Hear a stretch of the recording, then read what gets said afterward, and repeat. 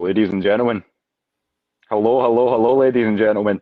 Exciting times in the A, exciting times in not so sunny Glaslanta. The boys are back in town. Day one of training camp for year 60. So we're prepared to get at it. So for the next 2.5 hours, we're going to keep you company. We're going to entertain you. We've got a whole host of topics from around the league. This is now episode 8 of the Scottish Falcons. But as I say, we've got a lot of different things to get through tonight. But before we get into the nitty-gritty, Des, how are you, my friend? Good to see you as always. Fantastic. Really busy day for me business-wise, but didn't stop me having a wee look at what exactly was happening in training camp. And yeah, there's a lot to discuss tonight. Let's just say I'm optimistically happy after seeing a few of the things that happened in training camp. So yeah, it's exciting, mate. As I say, I try not to get my hopes up, but it's looking good, mate. It's looking good. How are you tonight? Yeah. Oh, I'm doing good. As I say, there's been a hell of a lot of news to kind of be keeping up with, and it's kept us kind of ticking over. But yeah, as I say, showered up, refreshed, ready to go.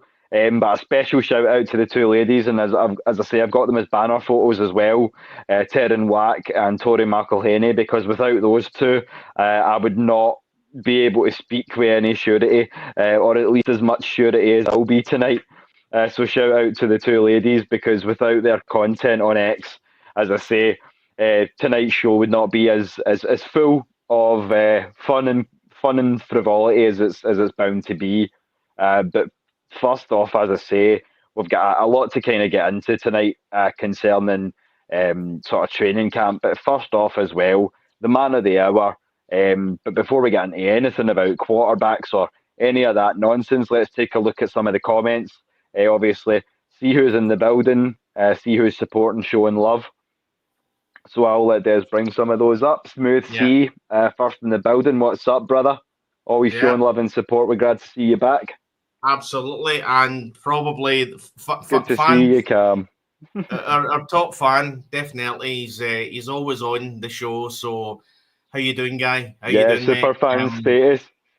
If you get some time, by all means, jump on the panel as well. We'd love to talk with you sometime, Cam, in a bit more detail, face to face. Absolutely. Sonia, Ladybirds in the house. Absolutely, yeah, the red and black. So yeah, exciting day. So we'll start with obviously the important thing, which is the training camp. Obviously, what caught your attention today, Will? Well, I've got a couple of quotes here for you. Just off the bat, as I say, there's been a lot of things, but I've got a list of inactives here for you, courtesy of Taryn Wack, as I say. So there were 7 names not at camp today for day one. 2 corners, Kevin King and Kobe Bryant. 2 inside backers, Malik Verdon and Troy Anderson. We'll get into Troy in a little bit more detail a little bit later on in the show there. 2 offensive linemen, that would be Jordan Williams, who we've spoken about on the show before, and Tyrone Wheatley Jr. Yeah, you're quite high in Jordan Williams. Yeah, it's sad to see him on the list of not attending on day one, but I hope he can get it back. And then the last name is not one I'm familiar with, a defensive lineman, Laquelle London. I know he's a little bit further down the depth chart as well. Yeah, but what really caught my eye... Yeah, Laquelle London played... Sorry, I was just going to... Yeah, Laquelle London played for us last year, so... So, yeah, I mean, so what... Again, you'll know more about this. You might not know, but what is the reason? Is this just injury, or is it maybe family reasons, or? For some it may be. I've not looked into the specifics of it all just quite yet. So I don't know what's contracts and things like that, because we've got a lot of young players here. As I say, Kobe Bryant could be holding out contract-wise. Same with Jordan Williams, because he's a UDFA. So it could be contract scenario in that sort of case. I'm not sure where Kevin, Malik, Tyrone are in terms of their contract. But in the case of Troy Anderson, as I say, he's been added to the PUP list, the physically unable to perform list. But we'll break that down a little bit more, as I say. So, as I say, I'm not sure what contract issue it is, but outside of the UDFAs who aren't signed yet, that's what I would say as well. But one thing that really caught my eye as well, and you'll love to see it, as I say, we were talking a lot about the kind of the vibes, so to speak, and the kind of atmosphere. The guys turning up yesterday, the vets, Kyle Pitts doing his dancing and things of that nature, and we've got a lot of Kyle Pitts to talk about later on as well. But it was when Michael Penix Jr. was asked. So let's talk potential, Mike. Where do you rate this offense? And he just says potential. We should be the best in the league. Absolutely. I love it. Yeah, I mean that set a fire in my heart. We said last night, everything, the most important player in any sports franchise anywhere in the world is the quarterback. Say what you want about any other sport, the most important guy in any one team and franchise is a quarterback. We spoke last night about how we say that there's you get cocky and you get delusional, right? Michael Penix Jr., this guy is looking around the league and he's looking at all these quarterbacks and he's looking at all these defenses and he's sussed them out. This guy knows what he's going to be doing. He's played in 3 games and he's saying to himself, I know what's going to happen. I can see and I can read all this. He says a lot of things. And on top of that, sorry to jump in there, Des, on top of everything else, as we've said before, it's not just what Penix knows and what Penix has picked up, because yes, he has a limited sample size, but now he's got physical reps at NFL pace. But you've also got the experience of what Matt Ryan's been through, what Michael Vick has been through as well, and also what the coaching staff has been through. It's an amalgam of so many things on a cognitive level. As I say, this is Penix season. With an SZN, because we're putting some fucking attitude on it. I'm confident in what this kid can do. So yeah, as I say, a lot of good things and a lot of words that you want to hear at this point in training camp. Again, as I said to you for many weeks, Des, behind the scenes and on the stream, name me a time, I'll wait, where the Falcons have been this deep, talent-wise, this early in the off-season process. It's been a minute. Even 2016, we didn't have the defense we do now. So well, I was thinking. I get in so late. I mean, it was literally 15 minutes before the show. I had to jump in a shower, and I was thinking to myself.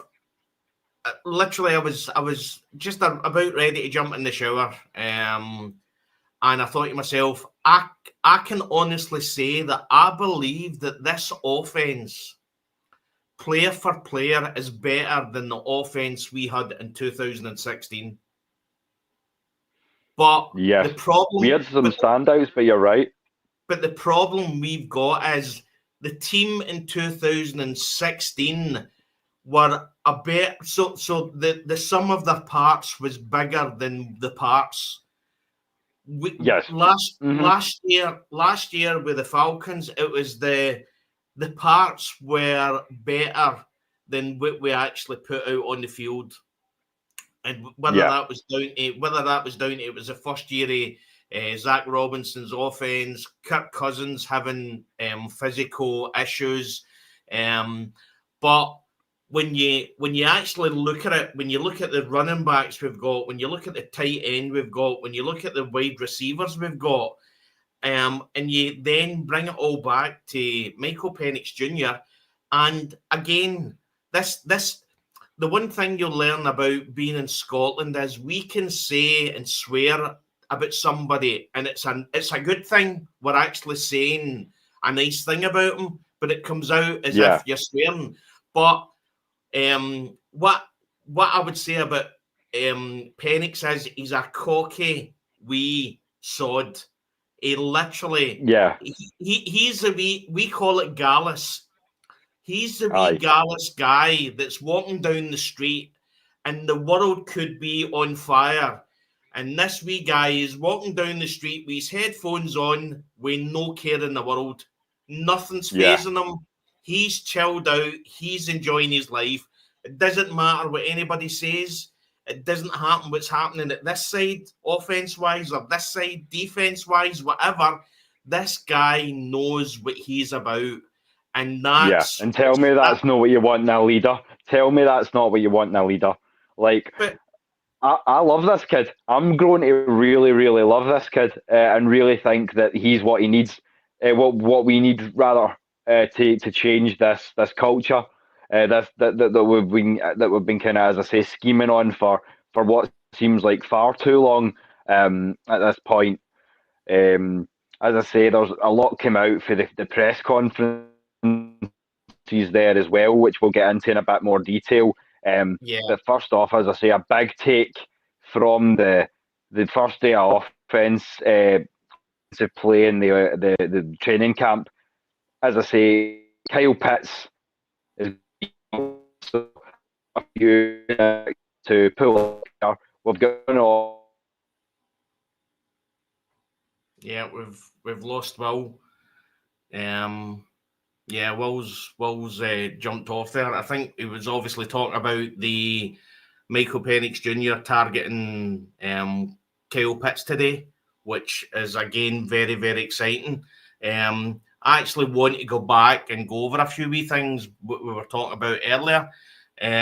Shout out to Bossman Gotti 93 on Twitter. And again, if we use any of your stuff on Twitter, unfortunately we're in Scotland. We can't be in Atlanta to watch the training camp. I would literally cut off an arm to be there, but we can't be there. But one of the things that I loved was Bossman Gotti 93 shared a video, and it was Michael Penix Jr. was the first player on the field.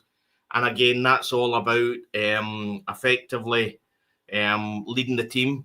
And when you look at the press conference that he had with just after the training camp, he came out and said, you see that we got KP some ball today. And he then came out and said, that's going to happen a lot, which is fantastic. So from training camp, again, I'm going to go over a few of the tweets. So, yeah, so there's the one. See, we got KP the ball, going to be a lot of that. And effectively, that was the first thing he said when he walked into the presser. So he walked in and the first thing he said was that. Now, again, we'll go over it later, but Kyle Pitts was asked at his interview whether he hides all the noise. And his words were he didn't take any notice of the rat poison. Now, he can say that all he wants. I'm telling you now that Michael Penix Jr. and Kyle Pitts, when you see these wee things and you see these conversations and you see Michael Penix Jr. walking in and the first words he says at a press conference is, we got Kyle Pitts the ball and there's going to be a lot of that. That tells me that effectively he's saying that we're talking about it, and I know that what's been said, and I'm going to make sure that what you guys and the nasty things that they're saying about he's a bust and all that is going to be sorted. So, are you back with as well? Yeah. Indeed, yeah. Apologies for that, guys. Just a little blip, but we keep on running. It's nothing that putting your shoulder down and running through it won't solve. And as we say, on that note, Kyle Pitts taking reps with the wide receivers. So this guy's ready to ball out this season. 1,000 yards and 8 touchdowns. Mark my words. As I say, a lot of good things this year to be happy about. And that's definitely going to be one of them. I feel like Pitts is going to ball out this season and ball out in a big way. Michael Penix Jr. is just letting us know that's the case as well, and I love it. As I say, to reiterate, potential, we should be the best in the league. I know, as I say, to be a little bit more nihilistic or realistic, if potential was success, Jacksonville would be a dynasty by now.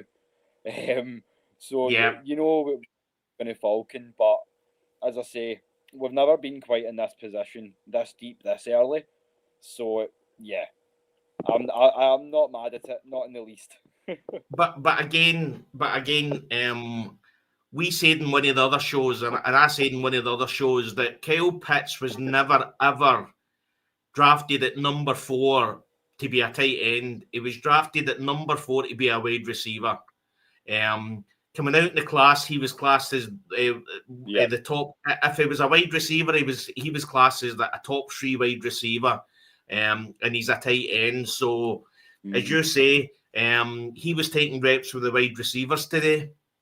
And again, as I said when you were away, the interview that Kyle Pitts done about the rat poison and all the stuff that he heard on Twitter. Well, he says he doesn't look at it, but when Michael Penix Jr. walks in and the first thing he says in his press conference is, "Yeah, it looks as if we got KP the ball today, and there's going to be a lot of that." There was also a tweet as well about that Kyle Pitts and Michael Penix Jr. have been playing golf together. They're golf buddies. And just after the end of the season, and how they've built up a connection.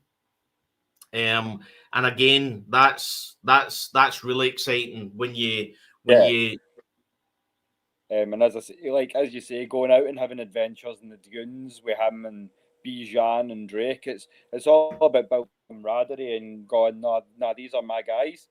And then, as you say, when they spoke earlier on about it,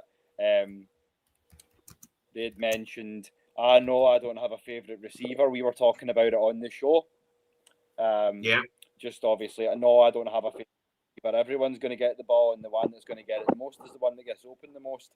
I understand as a leader he has to be diplomatic, but as I say, he's saying the right words that I want to be hearing at this point in the pre-season as well.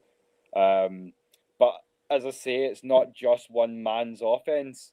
It's not just down to Michael Penix. We know that this defense is going to be important as well. Shout out Georgia, Texas boy, always showing love and support down in the chat as well.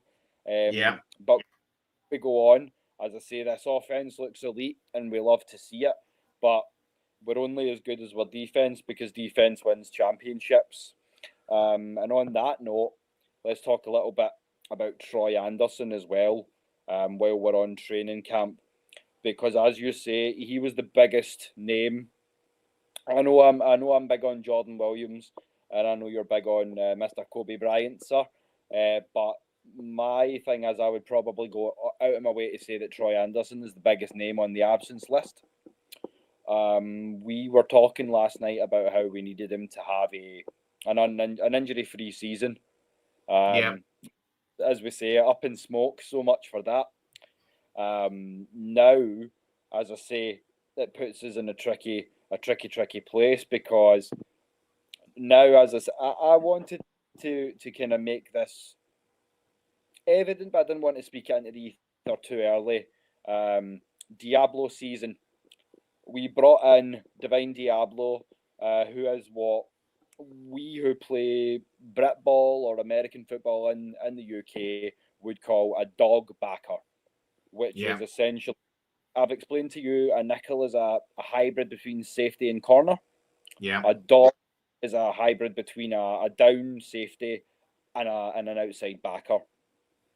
And he reminds me of that. I know he's playing inside, but as I say, he's very versatile, especially when you add into the mix guys like Xavier Watts and Billy Bowman. So I think it could well be the time where he steps up and makes some impact. I think he's definitely, I've been speaking in the past with Mad Mike as well about how he can really do some damage as well.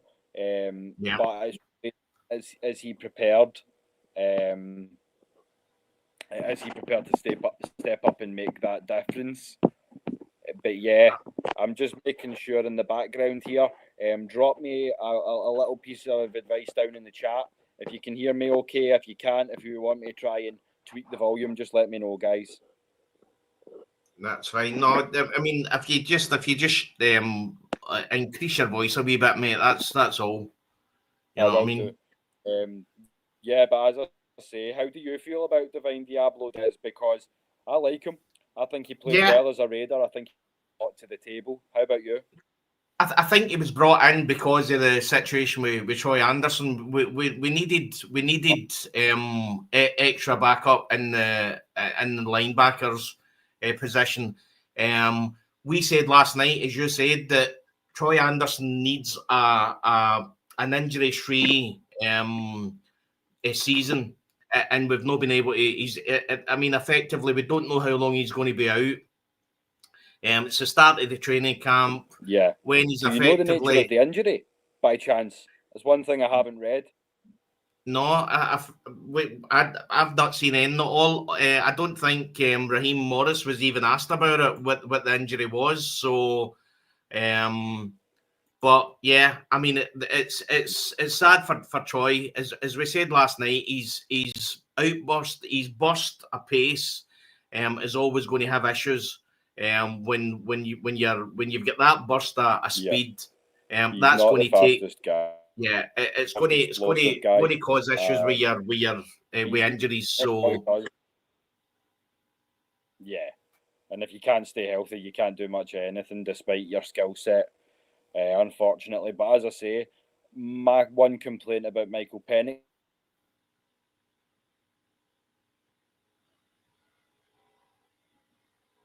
Yeah. I'm here. Sorry about that. I was think he's having some technical difficulties with his internet. So we're because he's got to step up now and be that middle backer. He's got to essentially lead that defense, be the QB of the defense. He's definitely more athletic than Troy Anderson, so hopefully he can get it done. You know. Yeah. Well, why don't you jump out and come back in again? See if we can, because you're buffering just a wee bit. And I'll go through some of the messages. Yeah, if you can go through the messages. I'm gonna meet him in the back and try to get him situated. If you just want to get, and if everybody want to just leave some comments for him, maybe something that you thought about in training camp that you saw as far as some of the videos, some of the articles that you read, some of your notes. I can throw some of that in the chat, and then I'll be right back. Okay. Yeah, 10 Cam. He's for sure got some cool nerves, especially being thrown into the situation he was in last season. I'm obviously assuming you're talking about Michael Penix Jr. Absolutely. As I said, we went from having a guy called Matty Ice because he effectively had ice in his veins. And I think with Michael Penix Jr., I said last night, the thing that excites me about Michael Penix Jr. is he understands very, very quickly when a play has broke down. So to me, that's shown, as you've said in another comment, he knows that shows he knows what's on everyone's mind. And again, for me, you need. I mean, I've never been a quarterback, but you need to effectively know all aspects of the offense.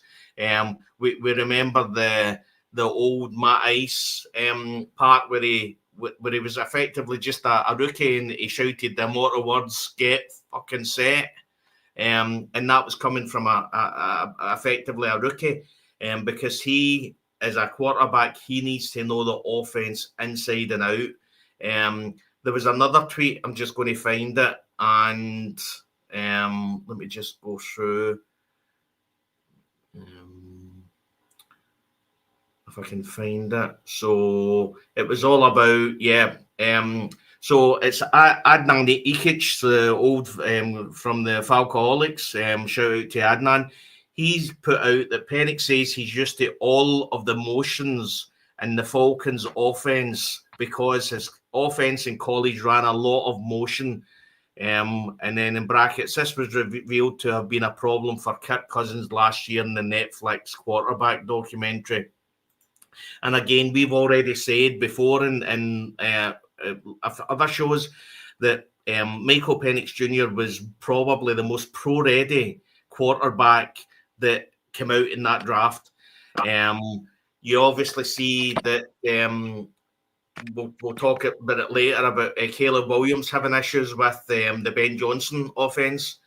And again, no matter how physical you are as a quarterback, if you've not got the mental aspect to actually understand the situations and what's going on around you, then you're not going to be successful.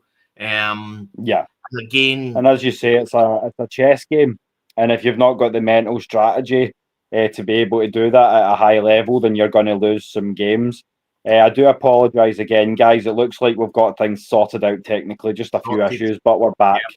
How's it sounding? How's it looking? Yeah, sounds great, mate. You look wonderful, and it sounds amazing. So, thank you ever so much. And as I say, as Cam says there in the comments, it shows that he knows what's on everybody's mind. It shows a level of maturity beyond what we'd expect for a year 2 kid. You know what I mean? And then he's for sure got some cool nerves, especially being thrown in. We went through that. So, again, as I said, when you were off, we've got our Matty Ice and Michael Penix Jr. So I agree with that.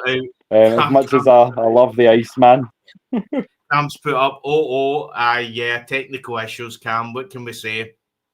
When you're an international show and you're connecting Airdrie to Clydebank, which is literally 25 miles, and then we have to then connect with the World Wide Web and then send it to Atlanta. Sometimes there tends to be some issues. So yeah, it's not just the 5-hour time difference you take into account. Then it's what was it you said again, Des? 8.5, 9K, 8,500, 9,000 miles away.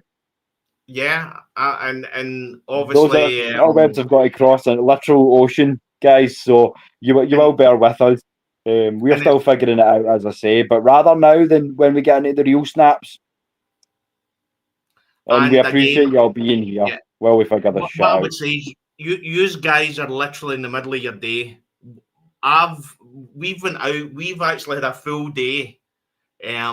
So we're at 9:10. So we've had our day. I've been crazy busy today. And then we come on here. Nothing I would rather do after a hard day's work, and we'll say the same, is come on here and talk about the Atlanta training camp. You know what I mean? So, so let's move on to the next subject, which was obviously we got it. Yeah, ongoing outlook at the. So again, it came out in training camp today that, again, we said it last night that Clark Phillips III was probably one of the names that we thought were going to struggle to get onto the main roster. Yep. And he was effectively training with the third team today. Well, I'm just, as you say, double checking this depth. If you pull up the photo of the man we're talking about, number 22. CP3, as we like to call him for short. Just having a wee look at this defensive depth, and yes, he's listed at second right corner. But it lets you think that looking at some of these options, it's good to know early that we're kind of moving on from him. That we've got different options, because as I say, we've already kind of clued you up for that one.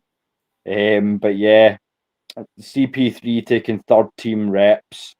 But yeah, as I say, Cam, if you're on, Maggie, Des, if you want to drop the link, we can get Cam on for a chat. That would be great. Yeah, that would be great.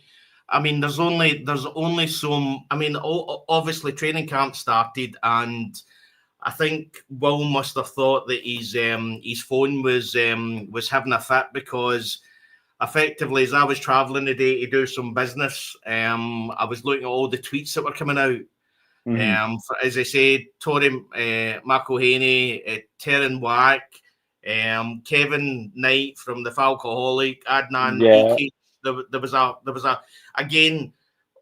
We have to say how important you guys are to the international fans. Yeah. You don't understand how important you guys are, because we cannot just jump in the car, drive to training camp and watch the guys. What I would also say as well is shout out to the fans. Now, I don't know if anybody would actually come on and say from Atlanta how there we go. Hey, what's Welcome, up? Cam. Hey, Balala. Nice to meet Thanks you guys. for joining us. Sorry, I didn't mean to interrupt. No, all good. Yeah. How you doing, mate? Glad to have you. Pretty good. Had to get the Michael Turner jersey on before I got on. But Hell yeah, man. It's good to meet you guys. Glad to have you on, man. It's good talking with you. As I say, thanks for showing us so much love on the shows. You've been one of the super fans from the start, so it's good to finally get a chance to go face to face with you, man. Even in being in America, like Kansas especially, it's hard to find people to talk about Falcons football, especially in general, But sorry, I'll let you go on for a bit. So before we do, tell us your story. Let the family know. So how long have you been a Falcons fan? Are you lifelong? Are you born to the red and black, or what was your journey like? Okay, so my father is a Cowboys fan, and my stepdad was. I feel your pain. I feel your pain. My mum's the same. Yeah. Basically, I didn't even like football before I was like 8 years old. I didn't even understand it. I like all the lines and all that. I didn't even care for it. But yeah, it wasn't until I got to like 8 years old and I would play football against my brothers, and just the competition, all that was fun. So I don't know. I had to choose a different team. I couldn't play as the Cowboys when my brother's playing as the Cowboys, and I couldn't play as the Bills when my brothers played as the Bills. So I just chose Falcons. Red and black looked really good. Tony Gonzalez, Roddy White, Michael Turner, had Bobino on the defense. Like, it was just a great team. It really was. And, yeah, man. Yeah, no, I just really enjoyed that. Sorry, it's a little bit silly, but I'm a little bit like right now. I'm like, No, sorry, guys.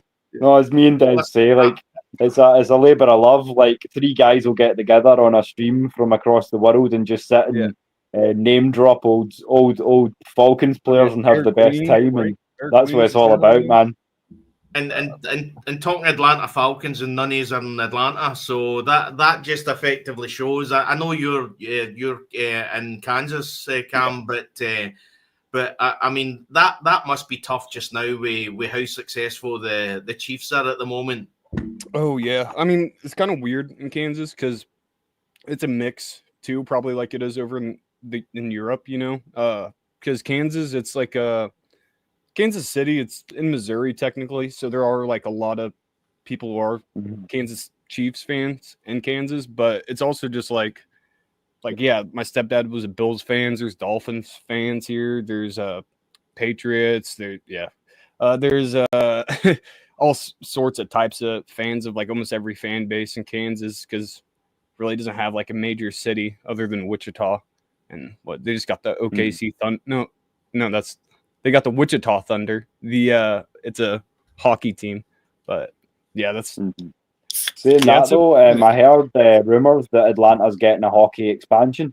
That's what I heard too. So the NHL's coming back to the A. So yeah, that's something we can kind of look forward to. Yeah, definitely. I'll be a fan of their team. Like the Scots will never turn down an excuse to watch some more grown ass men punch each other in the face. I mean, I'm speaking as a boxing and a pro wrestling and a mixed martial arts fan as well. Yeah. So yeah, I like me some scraps. To be honest, growing up in Scotland, the area I grew up in, Airdrie, wasn't considered a very desirable place. So if I wanted to see boxing, I just opened up my curtains and looked outside a Saturday night. Yeah, and I seen plenty of boxing. So good scraps, yeah. So is Michael Turner your favourite player? Definitely a huge inspiration. Just how he played. He's a bowling ball, the original bowling ball before Tyler yeah. Algier came in, you know. But Yeah. no, just had thunder thighs. He could launch himself over an O line and the defensive line. I love seeing him do that. That was just insane, but just a crazy player. Yeah, spring loaded. He almost reminded me of, I don't know, I may be going back a ways, but you come from that era, so you maybe remember MJD, Maurice Jones-Drew in Jacksonville. He was that sort of kind of stout but powerful runner. Maurice, he was a little smaller, but that's a very similar sort of archetype to what you're talking about. Very enviable style of like play, you know. It's just put your head down, and you know you're gonna be the only one left standing after that collision. Yeah, it's a lot of attrition. Michael the Turner burner, you know. So, I mean, so obviously I came in probably about the same era, Cam. So Tony Gonzalez is effectively my idol. I mean, what that man done and how he could do it was phenomenal. And obviously we've been talking about our tight end and everything that's been happening today in training camp. What's your thoughts on how good Kyle Pitts looked? Well, I haven't watched all the clips of like the passes. Right now it's just like, you know, they're doing just running routes and all that stuff. So it's never gonna be like anything like, okay, that was he's gonna go all out this year just because of a couple passes. But it is good to see that like a lot of the attention has been put on Kyle Pitts. Like you said, even earlier, the first thing Michael Penix said when he walked in the room without even being asked was, Kyle Pitts got the ball today, you know, or got the ball to him. Yeah. And so it is on everyone's mind, and it just showing that there is emphasis on getting him back on track to breaking out, hopefully this season, you know. No one wants him to fail unless you're like a fan of another team, you know, or the Saints fans, you know, they probably don't want Kyle Pitts to be good, but you know, it's just great to see them all getting together, working things out, trying to just gel together. They've like a lot of these players have only been here for a year, and it's just, you know, just want things 100%. Definitely. It's nice to see that it's pointing that way though, and that the camaraderie is there as well. What's up, Floyd? Another one of the OGs dropping in on the chat as well. Keep the comments coming because it's been a busy day for all of us. As I say, I've been having a borderline stroke trying to keep an eye on 5X's, 3 Facebook pages, and I'm just a sucker for news. So. But then trying to get it convoluted because, as I say, I've got half a pad just full of scribblings. Something we need to talk about. I know you're quite a big WWE fan, Will. So obviously, Hulk Hogan died today, which is really, really sad. So seemingly... prayers up, Hulk stuff. So thoughts and prayers. Keep an eye on the solo channel. Yeah. As I say, keep an eye on the solo channel. We can dig into not only, as I say, they come in threes. So I'm going to be speaking about a couple of the big deaths because we've lost Ozzy Osbourne as well, the Prince of Darkness this week. Yeah. And it just feels so sad because either we're getting old or a great generation's passing, because now that's the Prince of Darkness and the Immortal Hulkster gone. So I'm going to be going in deep, opening the panel tomorrow. And we can start to kind of swap some memories and things like that. We don't want to tarnish training camp for what it is. So for now, we'll just say prayers up. But you'll get to hear my thoughts tomorrow. So if you do want to jump on, as I say, anyone that's in the chat and the PMs, if you're listening on Facebook as well, keep sharing this out, keep showing support. But jump on and we'll have a little video of sorts, a little AFN tribute to Ozzy and to the Hulkster, because as I say, they both had such an influence on our lives, as not just the sportscasters, but as wrestling fans, as as consumers of pop culture. Man, you couldn't really avoid either of those guys. So I remember before every Pee Wee football game, Crazy Train was playing, you know, every high school game, it's always Crazy Train or Thunder by AC/DC going on. Hell yeah. And shout out to AC/DC, man, for going so far, because they started out as a couple of teenage boys from Scotland, So there you go. So shout out I to didn't even know Angus I was and making a Malcolm. Scotland reference. Yeah. Okay, there we go. That works its way back in. Okay. Yeah, traditionally, like they're an Australian band. A lot of the guys were from Oz, but the two guitar players, Angus and Malcolm, they're both the Glasgow. Yeah. So yeah, hence the school uniform. Because when the band started, Angus was only 14, and he went out to the rest of the band. I don't know what to wear on stage. So his mum, so the story goes, went, "I'll just wear your school uniform," and he's just kind of stuck with it ever since. So yeah. So there's a wee fun story for the rock fans as well. I didn't actually know that. Well, I didn't know that about the school uniform. Yeah, so he was only 14, 15, and he went to Malcolm and his mum, and that's what she said. She went, well, if you've nothing to wear, everybody knows you're underage anyway, just stick your uniform on." And it's one of those ones where the rest is history. So yeah, but as I say, like I did the music degree as well. I mean, as much as I love sports, that's where my area expertise is music and performance. So yeah, don't get me started about rock and metal, or we'll have a whole nother 3-hour stream on our hands. We could go a whole different way with that. Football's probably the best sport that goes in like hand in hand with like music and entertainment and all that kind of stuff. Honestly, it's always a spectacle. 100%. With the Super Bowl halftime shows and all that kind of thing. Flyovers, all that kind of stuff. They get everything involved. Yeah. Hell yeah. And I mean, as I say, I can't remember who it was. I think it was Jeremy Clarkson, who hosts a show on British TV called Top Gear about the cars.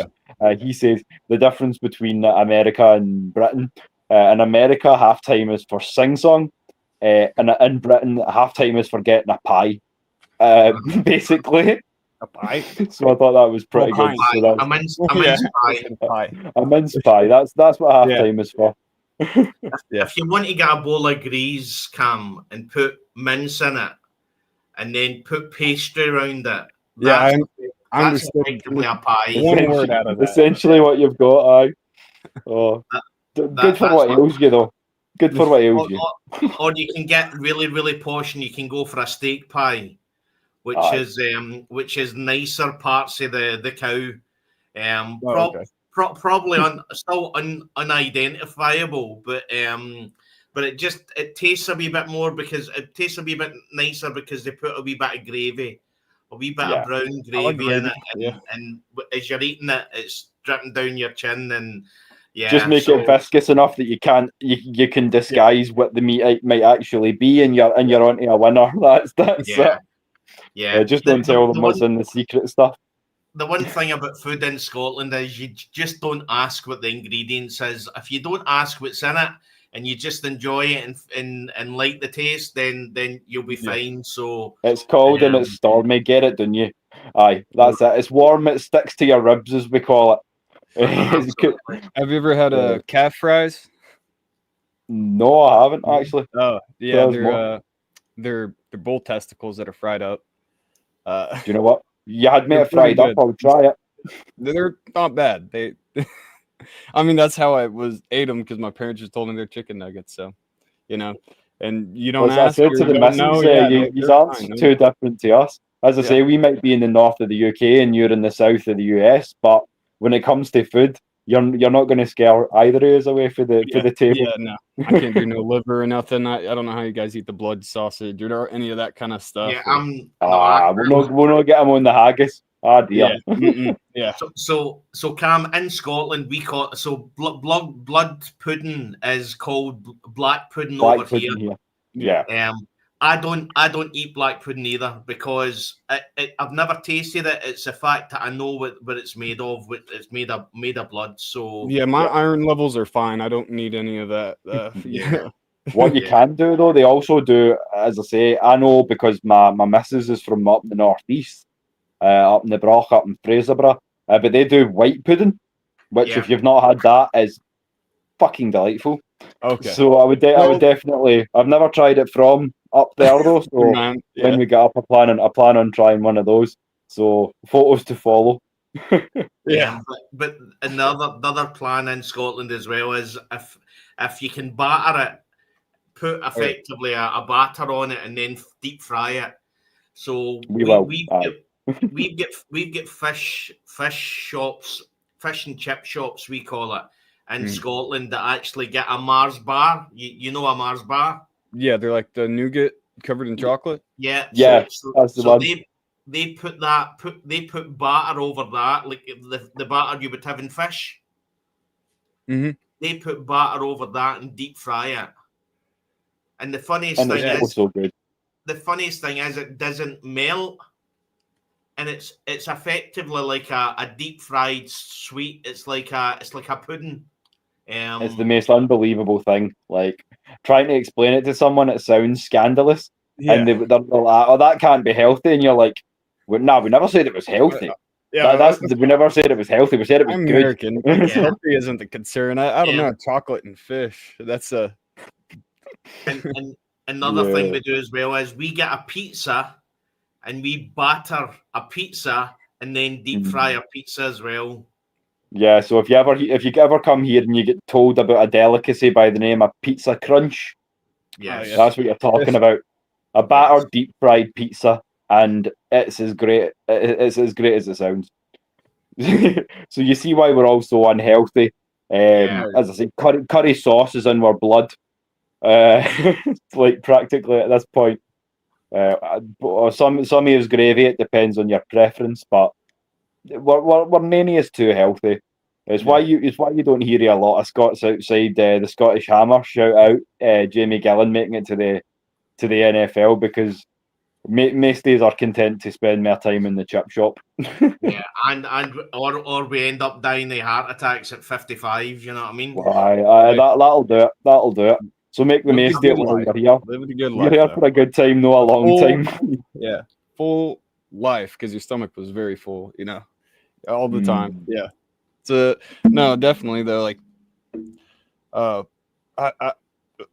healthy foods aren't really a concern for me as an American. It's just if it tastes good, it tastes good. That's all that really. And that's that. I think that's why, as I say, Mad Mike has had this joke with me before, and he goes, "Are you sure you've not got a little bit of black in your bloodline?" Because I said something about chicken wings, and I went, "Do you know what, brother? I've not done my 23andMe yet, so there may well be. Who knows? Could be something. Yeah. My hair is naturally curly, so could be in there somewhere. Who knows, man?" Brilliant. But one thing to go back on when we're talking about Michael Penix and his interview, also, I remember someone asking. They mentioned during the quarterback season 2 and Kirk Cousins having trouble with the pace of the offense, it being too fast. They asked Michael about that, and he mentioned that no, it's no problem for me. It was that way in college, so that's also another very reassuring thing to hear. I don't really watch a lot of college football, so it's hard for me to just like go through the film and what teams they're playing, what actually matters. Some people kind of grade it on whether they're playing like certain schools and all that, but I don't. If it's what he ran, and he's shown he can run when he needs to, so I think he will fit the pace of this offense pretty well. He's had a whole year to acclimate to that, and as I said earlier on as well, he's got those 3 games under his belt now, so it's a limited sample size, but he's experienced the pace of the NFL game. Right. And just a little behind the curtain message. So I'm going to propose this to you now. Just because you have been an OG supporting since episode 1, if you've got Facebook, what to do is stay on with us after the show. Maggie's going to come on and we're going to have a wee chat, because we'd love to have you on more often. We're building building the panel up. So if you're down to join us more often, then we'd love to have you, brother. I do not have a Facebook, but is there anywhere else that might get at us on X? As I say, we'll touch base through there, or Discord.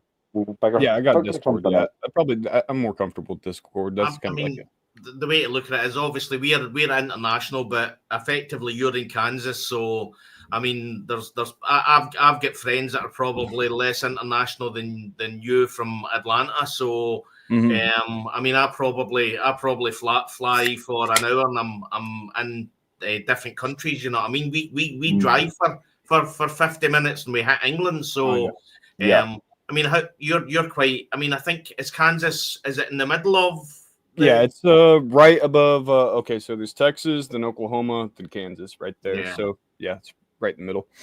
So that's you're sort of above the. You're just above the panhandle, so to speak. Yeah, I'm like 15 minutes away from Oklahoma. Ah, okay. Yeah. Right. So you want to talk about wind days? We get some windy days, but not like Texas Panhandle windy days. That's different. That's different wind. I've been able to do a Michael Jackson lean into the wind. It's been so windy before. Like, you can. No, thank you. I prefer to keep my feet. Especially get a piece of dust right in your eye at that speed. Jesus Christ! Like 80-mile-per-hour gusts.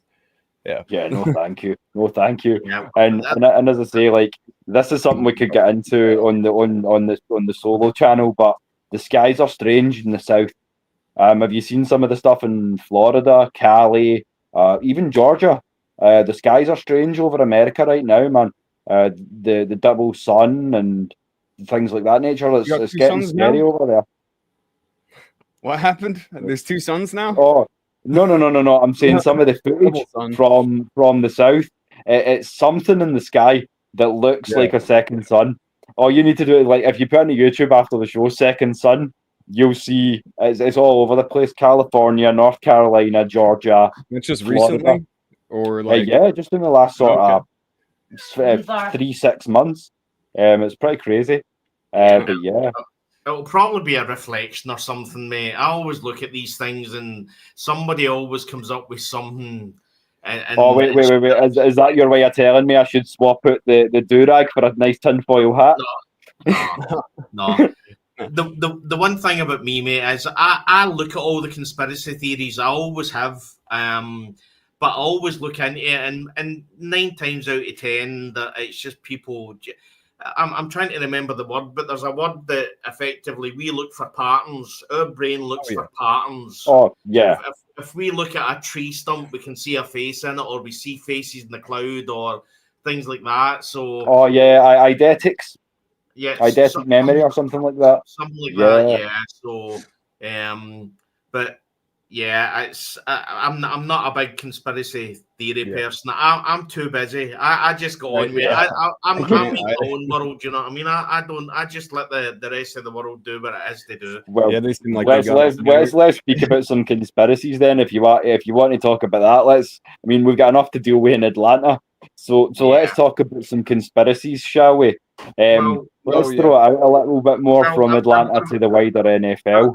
I actually texted the Jets this morning. I was like, at Jets, need a quarterback at Kirk Cousins. Oh yeah. That's what you're saying, my man. Well, seemingly it's coming out now saying that it's a toe injury and it's not too bad. But it was what was that I read here? Broken toe on the right foot. Yeah. Apparently. Not actually as bad, yeah. And he's day to day. Sorry if I sounded disappointed about that, but I'm not wishing injuries on people, but yeah, it's not that bad. Yeah, you just want Kirk no longer our cousin out of the A. That's all. Yeah. I mean, I've already done this in your honour. For anyone that's scheming this up, there you go.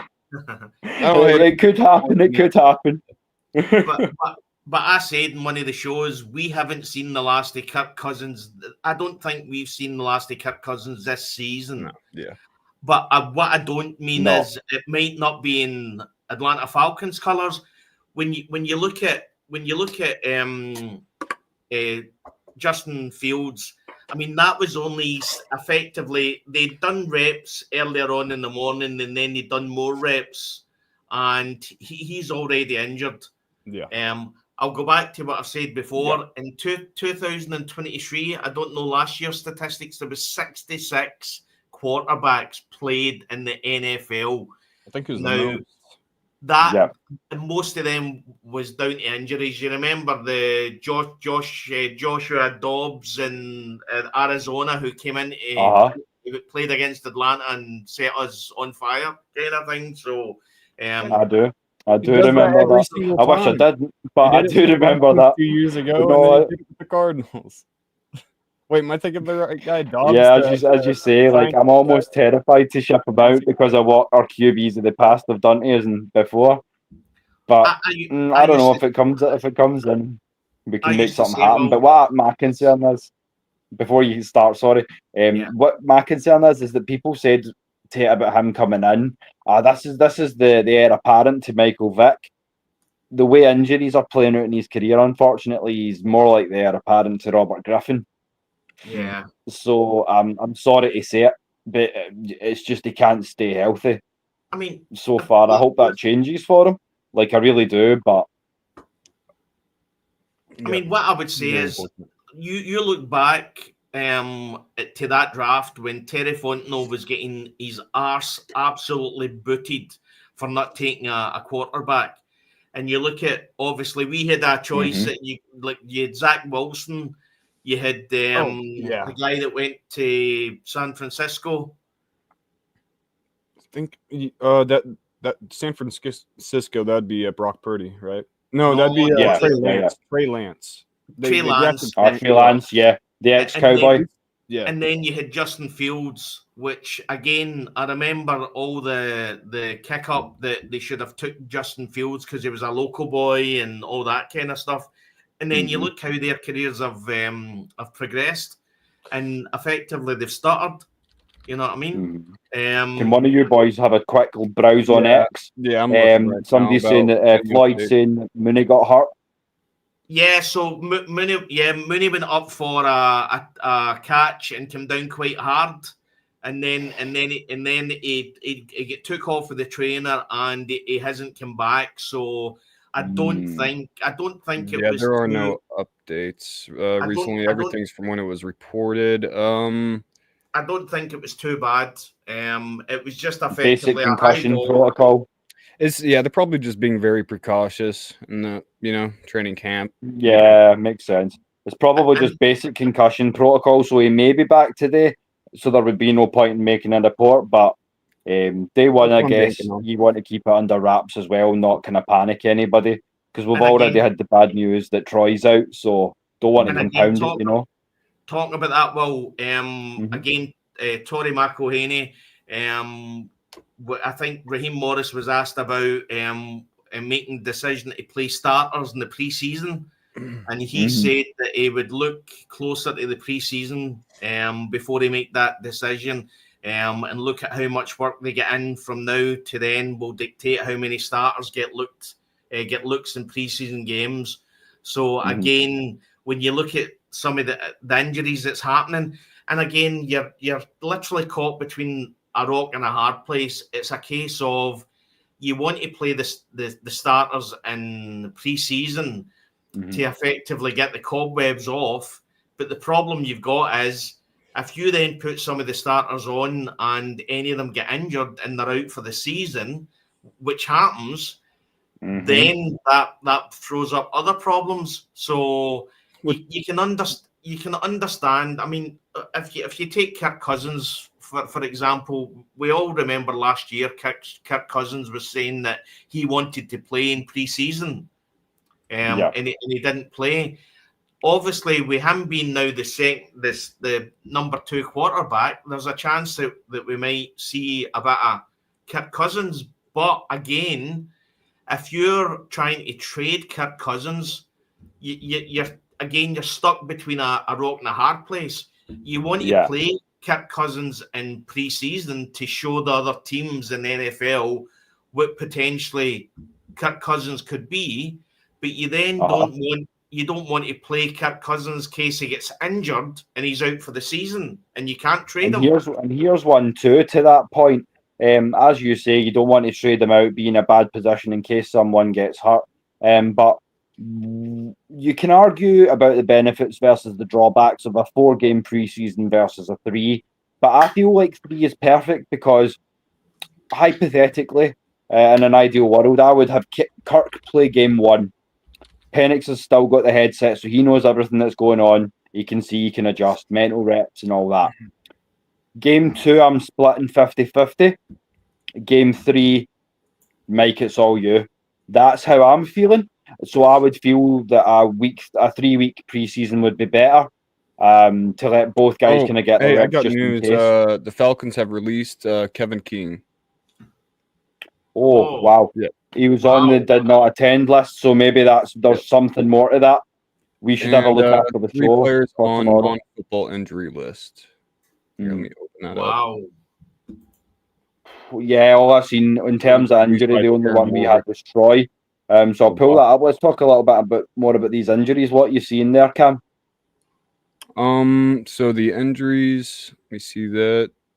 Defensive lineman LaCale London, inside linebacker Malik Verdon, and cornerback Kobe Bryant on the NFI list. So, non-football injury. Okay. Plus, you also, as I say earlier, I don't know how much of a factor that's got, but do you know definitively whether, who is it I've got here? Jordan Williams and Kobe Bryant, with them being the two UDFAs, we tie them up? Or have we got them under contract now? Yeah, we did sign them. Yeah. Good. Yeah. Good.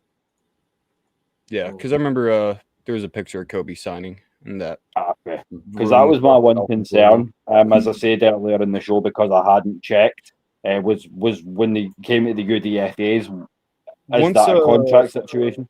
Yeah, because I would hate for like any. Well, some are going to be taken up by other teams, but by the end of the 53-man roster, once that's actually settled, because last year we lost. Who was it to the Bills? It was Zion Logue. Yeah, Zion Logue. Yeah, one of the draftees. Mm-hmm. And he played fairly well for them, to his credit. As I recall, he looked pretty serviceable. So I was like, more power to him. But I said, split it both ways. Our practice squad, if we can hold on to them, is going to be nice. 91 bodies for 53 spots. So our practice squad, if we can keep them, is going to be tasty. And again, that's why I think Kobe Bryant's going to make it on the 53, because he's such well known. I mean, I heard one of the other podcasts, and I think it was Kevin Knight and the Falcoholic was saying that. I mean, obviously they had concerns with Kobe Bryant, but as he said, I mean, throw a 7th round pick in there. I mean, he deserves a 7th round pick. Yeah. Even people. I'm just looking again. Sorry, boys. Kevin King here, as you say. Terran had him listed as a corner. That's incorrect. I've got him on the depth chart here at strong safety 3. So if we're getting rid of a safety, well, it's going to be another DB spot that we can use. Clark Phillips III is training with the 3rd team. So we've got Fuller, Watts, Bates and Helms as safeties. We've got Alford, Terrell, Bowman as corners. I think Bryant makes it. I think he's corner number 4. Yeah, especially with Kevin King gone now. Yeah, I think they're working that out. It's kind of the difficult thing is like with Troy Anderson's injury, it's like, do you keep an injured guy on your roster? Because how much is he going to be an impact? With he's just taking up space at that point. And I do want Troy Anderson to play, but they kind of already knew he wouldn't be ready by this time. That's why they signed Divine Diablo. And it's just, I mean, I'm also wondering as well. Well, remember when you done the roster and you said there was 91 players on that roster? Yes, sir. I'm pretty sure, did this not happen with Kevin King last year, that he was released and then eventually they brought him back again? Yeah, we flirted with a couple of guys like that. I'm pretty sure Kevin might have been one of them. I think you're right, but there was, why do I want to say there was 3 or 4? There was a little short list that they released through the was Logan Woodside, or because he got picked up by the Bengals later? That was it. Yeah, the QB Woodside. That was one as well. But I'm just looking down this roster. Linebacker's a big worry. We've got so many fucking linebackers, guys. Yeah. And speaking of Braylon Trice, he's 100%.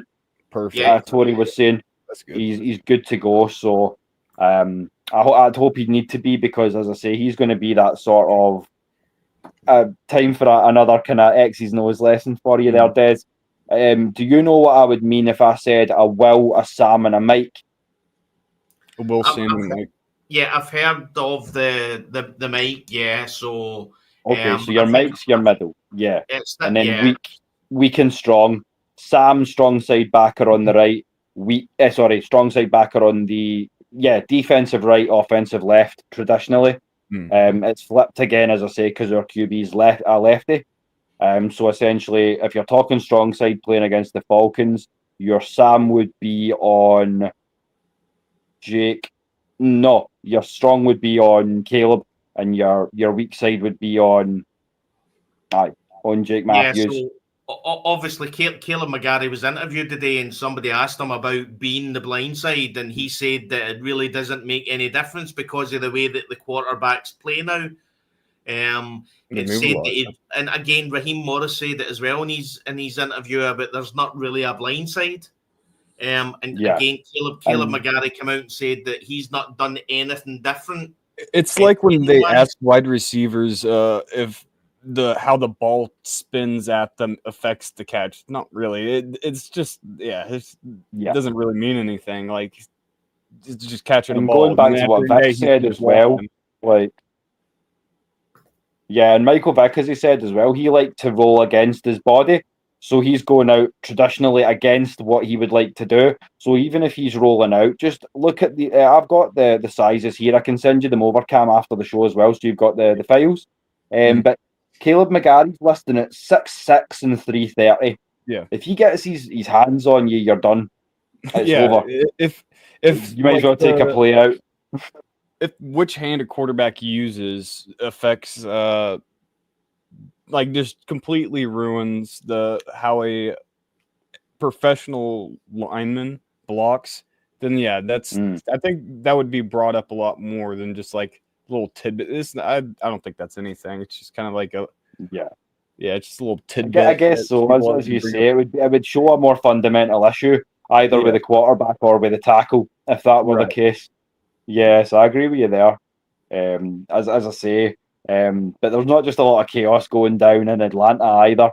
It's league wide, as I say, for the first time in a long time. All 32 teams are active, so we've got a lot of things to talk about as well. We've spoke about a little bit about the Justin Fields injury, but you mentioned earlier, Des, as well, about Caleb Williams.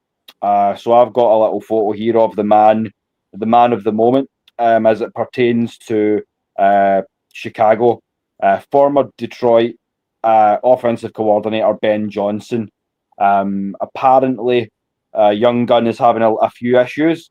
We're kind of getting that scheme under his belt. Can you tell us a little bit more about that, Des? What have you been reading? Yeah, well, seemingly, in one of the first plays today was intercepted by a linebacker, Tremaine Edmonds. And at that point, seemingly Ben Johnson pulled the offense off the field.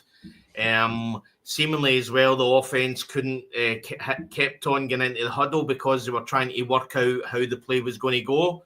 And again, Ben Johnson at that point pulled the offense off the field. So I think Ben Johnson, obviously he's came from Detroit Lions, and I think he wants everything to be perfect. But when you look back at what happened with us last year, I think when you've got a veteran like Kirk Cousins having issues with a new playbook with Zach Robinson and the motion and everything that's happening in that, and I think the same's happening with Caleb Williams.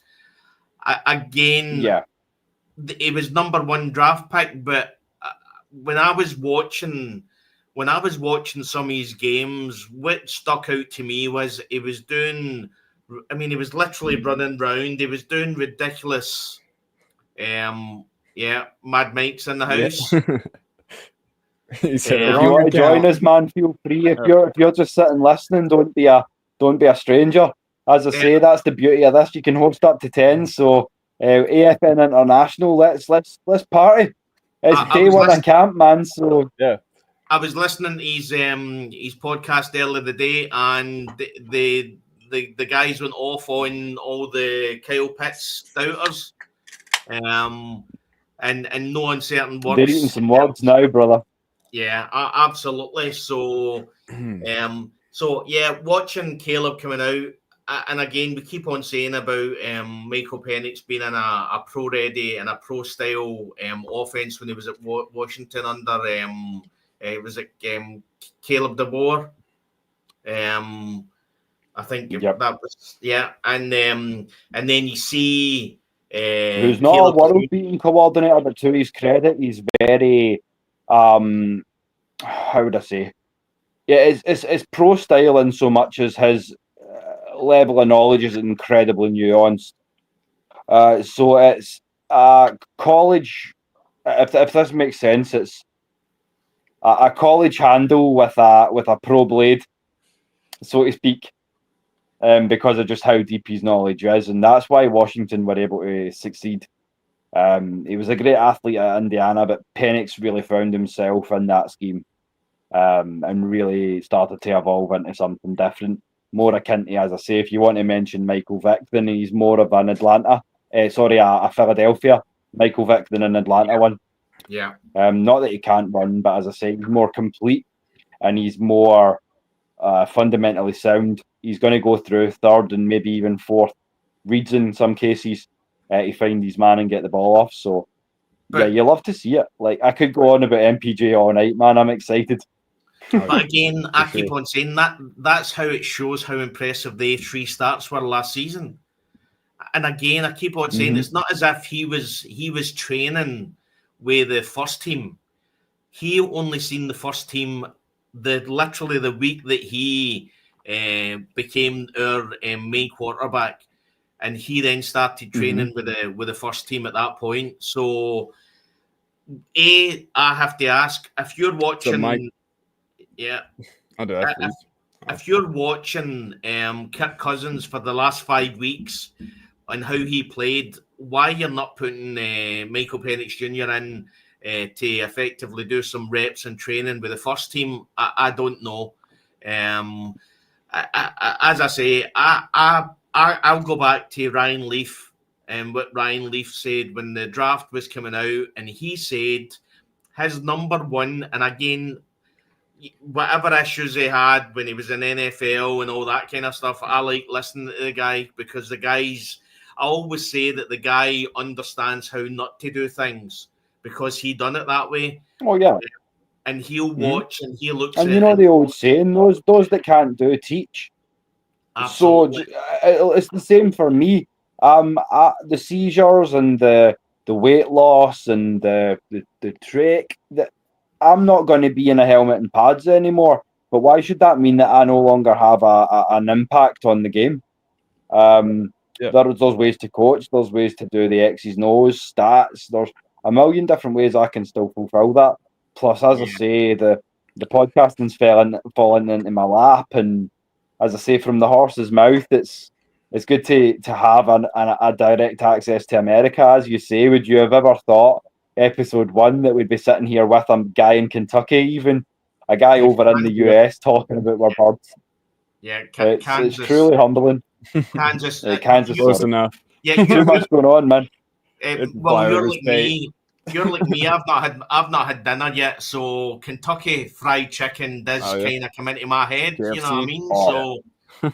As Mike says, it must be those black jeans in my thing. But you say fried chicken, I'm like, what? Where? Well, yeah. Sign me up. Well, I don't know. Kansas, sorry, my mistake, brother. Apologies. Well, I don't know if Mike and Maggie would probably like KFC. They're probably more like, that the area Chick-fil-A or Cane's. Cane's chicken is a pretty good one. I guess so. They'd probably be like when we come here and they go like, oh no, what's the most generic stuff? Yeah. Probably, I kind of get what you mean. What I would also say is the difference as well, because you're mentioning it. The difference I would say between America and the UK is, in America, I feel that when people go out, it's all about how much they can eat. Oh yeah, yeah. So you go into all these buffet style restaurants and it's eat as much as you can. In the UK, it's all about how much you can drink alcohol wise. So that's the difference. So you'll have That's why you guys like to take the piss out of each other. Yeah.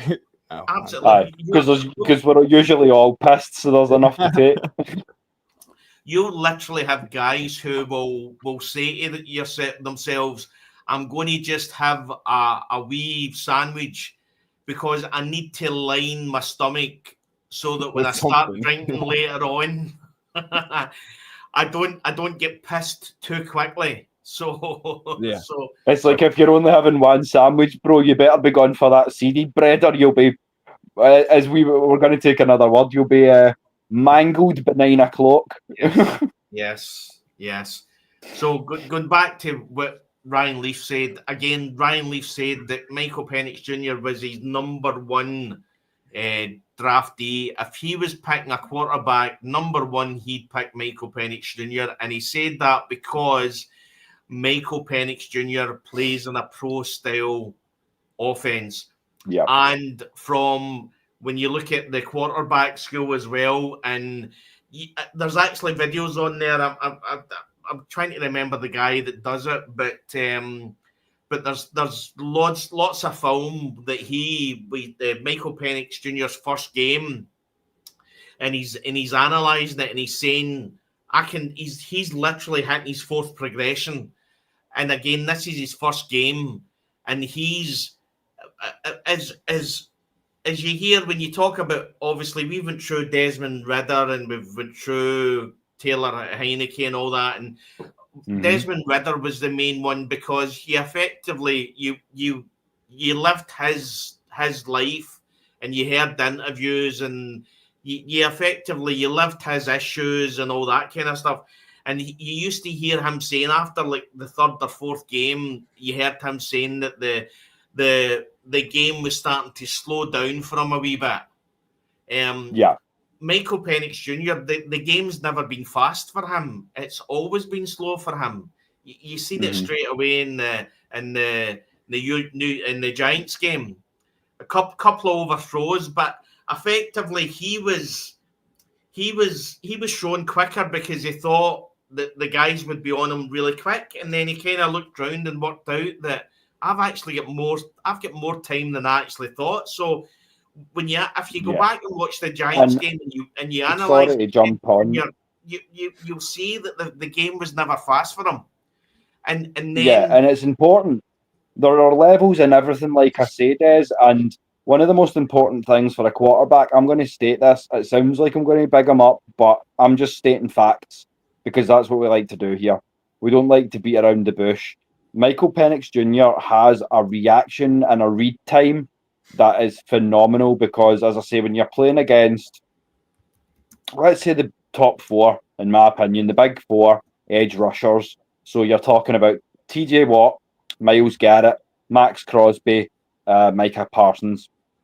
You play against any one of those and they don't have a clean block off the edge, you have about 2.5 seconds as a quarterback to get that off. Most QBs will go through a read maybe 2 and then they'll scramble because they can feel that heat on their hip. By that time, he's already on read 3 and he's still got the athleticism to take off. It's, as I say, is the exception, not the rule. You're not going to find many quarterbacks that are like this. Put Michael Penix's ability to do that against any QB from the class just this year. Cam Ward, as I say, the kid we've just let go from Texas at QB as well, Quinn Ewers. You could go on Shedeur Sanders. There's not one of them who I would call a complete pro-ready quarterback. They all have some semblance of their game that I feel is lacking. Whereas MPJ's come out, the finished article, I feel it's just about getting him enough snaps to where he feels comfortable.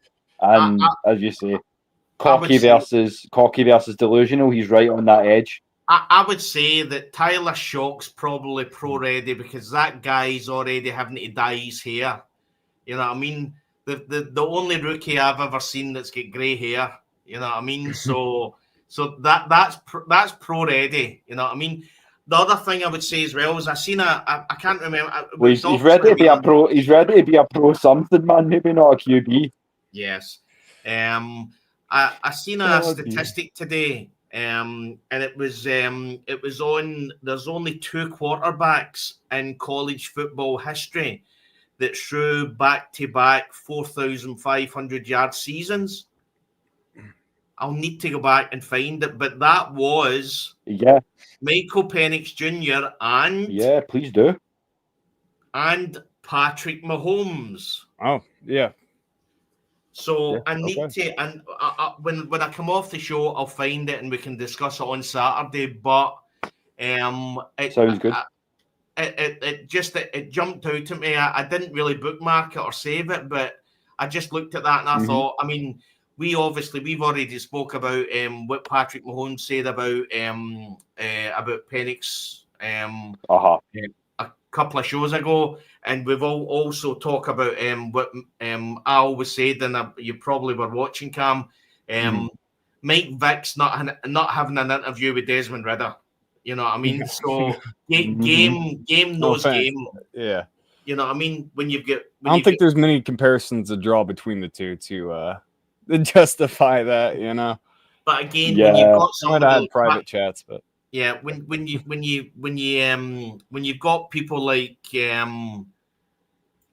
Patrick Mahomes coming out, and I said to him, well, Patrick Mahomes, well, even Matt Ryan coming out too and talking to Mike Vick, apparently he's trying to help him, like mentor him in somewhat ways he can. Yeah, and that was what that was one of my rants, and I wasn't doing podcasting back at the day, but I don't mind admitting that when Matt Ryan was, some people say, sold down the river into Indianapolis for his last season, I felt like, he should have been allowed with the tenure and with the results and with the legacy that he'd built to groom his own heir apparent, to groom his own successor.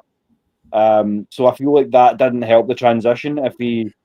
Because bringing in Kirk, who ended up having the short arm, I really feel like just having Ryan one more year, maybe that would have been, but shoulda, woulda, coulda. That's where we are now. But I'm glad that Mike and Matt have both kind of threw behind this kid and went, this is the guy now. And as I say, bring the city together. You might be a Vic guy or a Ryan guy, a Vic girl or a Ryan girl, but at the end of the day, this is bigger because it's a new era. It's year 60, and let's get it. Mm-hmm. And again, going what's happening in training camp. I mean, it's exciting times. You know what I mean? Kyle Pitts going off in one. It really is. You know what I mean? So, I mean, I remember last season as well, or last training camp, Kyle Pitts went off as well at the start of the season. So yeah, and that was what I was going to say. The one bit of devil's advocate I have seen. Shout out again to Mad Mike, because it was on his either his Facebook or his Twitter. But yeah, we've been keen and we've been sold on Kyle Pitts before to be left sorely disappointed. But again, to kind of Mike will tell you, we respect each other, but we don't have to agree. That's the beauty of this. And on this one, I don't agree completely because I feel like, as we've said a million times, what he's lacked over his first 5 seasons is consistency. And we've seen right from day one now, a training camp, that Michael Penix is like, this is the kid. This is our guy. So I feel like this is the one time we can be optimistic. I'm going to jump in and I'm going to say what he's needed since he came into the Falcons was consistent quarterback play, not consistency. We've got Matt Ryan. It's not a surprise that Matt Ryan, when he's got a competent quarterback, he nearly gets the rookie tight end yardage record. He literally goes off in one. We all remember the over the shoulder catch that he done in his rookie season was phenomenal. That was fantastic. Yeah. You then go to Marcus Mariota, Desmond Ridder, Taylor Heineke, Kirk Cousins. So I mean, there was times last season where Kirk Cousins could hardly throw the ball down the field. You know what I mean? You then see that it's effectively, it looks like a pack, as if Michael Penix Jr. and Kyle Pitts has got together and they've said to themselves, you know what? He's come out and said he doesn't notice what is said on Twitter. But as Cam said and I said earlier, Michael Penix Jr. walking into the presser, and the first thing he said is, we got KP the ball today and it's going to happen a lot. So that means that whatever you understand, players will talk, players will all have that chat. If he's on the golf course and he's the golf buddy, they're literally standing talking about, oh, I heard this and I heard that, and they're having a dialogue. And what I would say is Michael Penix Jr. is walking in, and I would say he's got balls. He's walking in and he's saying to the world's press, do you doubt this man? Well, I'm going to prove he's fucking wrong. No, You know? Yeah, entirely. doubt him at your peril, so to speak. What were you going to say, Cam? Sorry.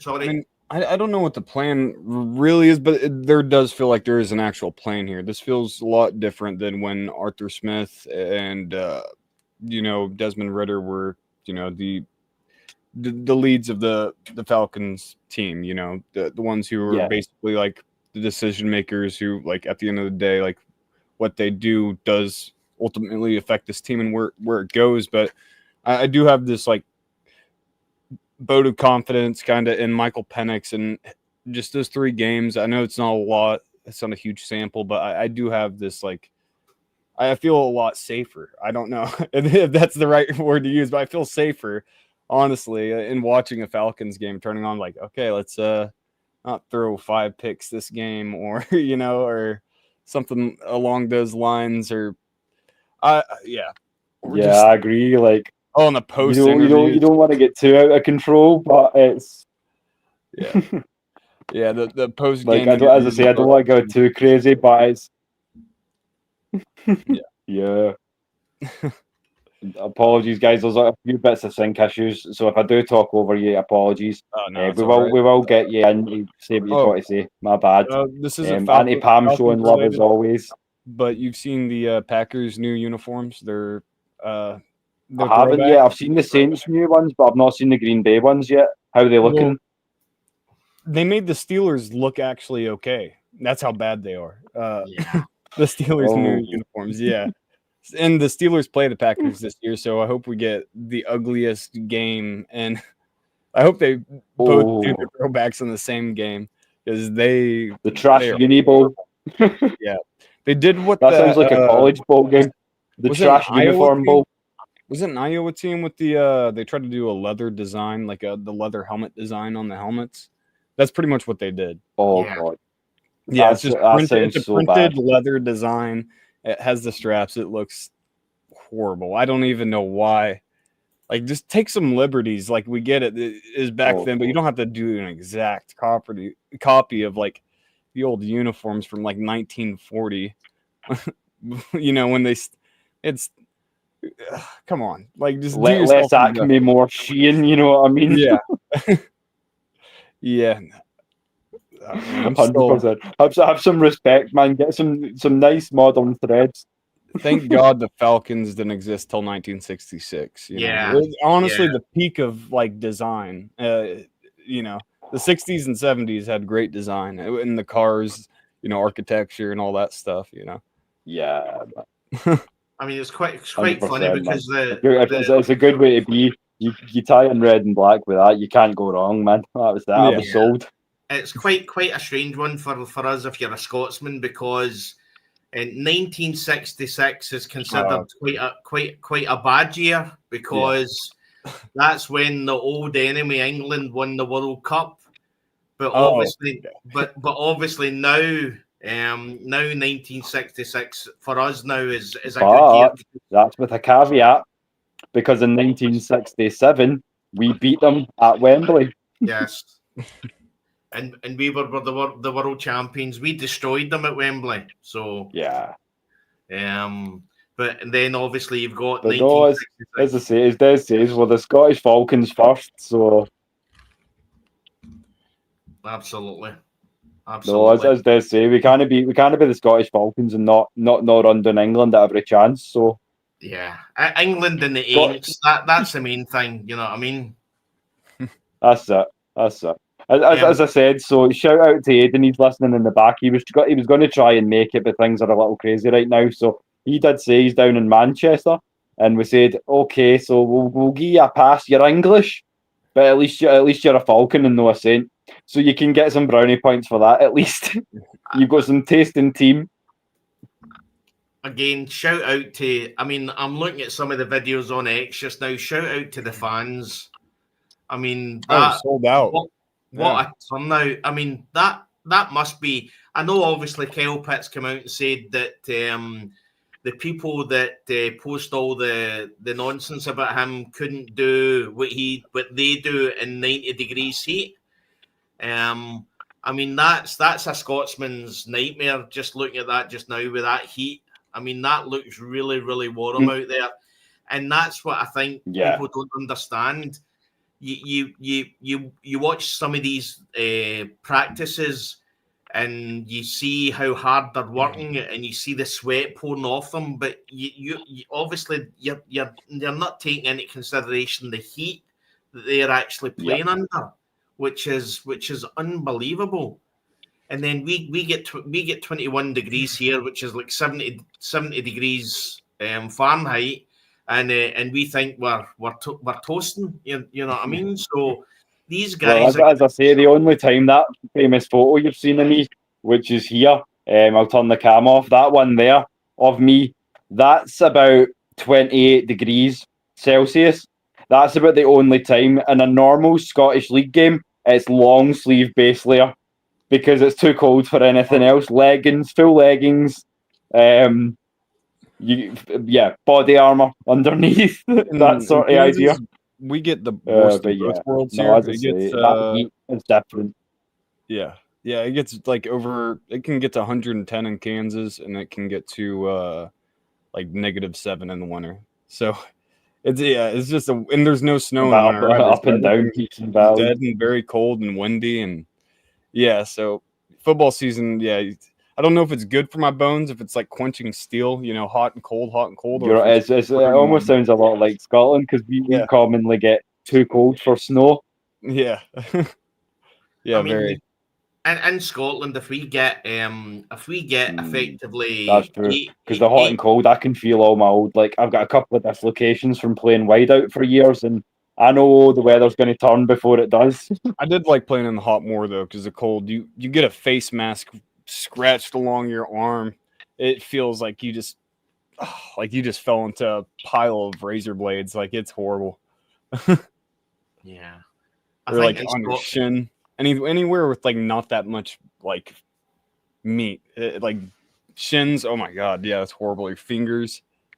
Yeah. Your fingers will barely even work while you're playing. Like you try to open and close them, but they're almost like slowed down. You can't even like use your hands right when you get so cold. Everyone's standing on the sideline with their hands in their pants. I mean, in Scotland, we don't get really bad winters and we don't get really good summers. And that's the thing. You could probably go to the stadium in a balaclava. It's not like you have the same stigma. Oh, yeah. Yeah, I mean, you probably could go into one with there's some crazy outfits people wear to games, Like, I don't know. There's a Kansas City Wolf guy, he went to as Des says, like is that the boy the Wolf guy, was that the guy that get jailed? Yeah, he got 25 years in prison, I think. He robbed like 13 banks or something like that.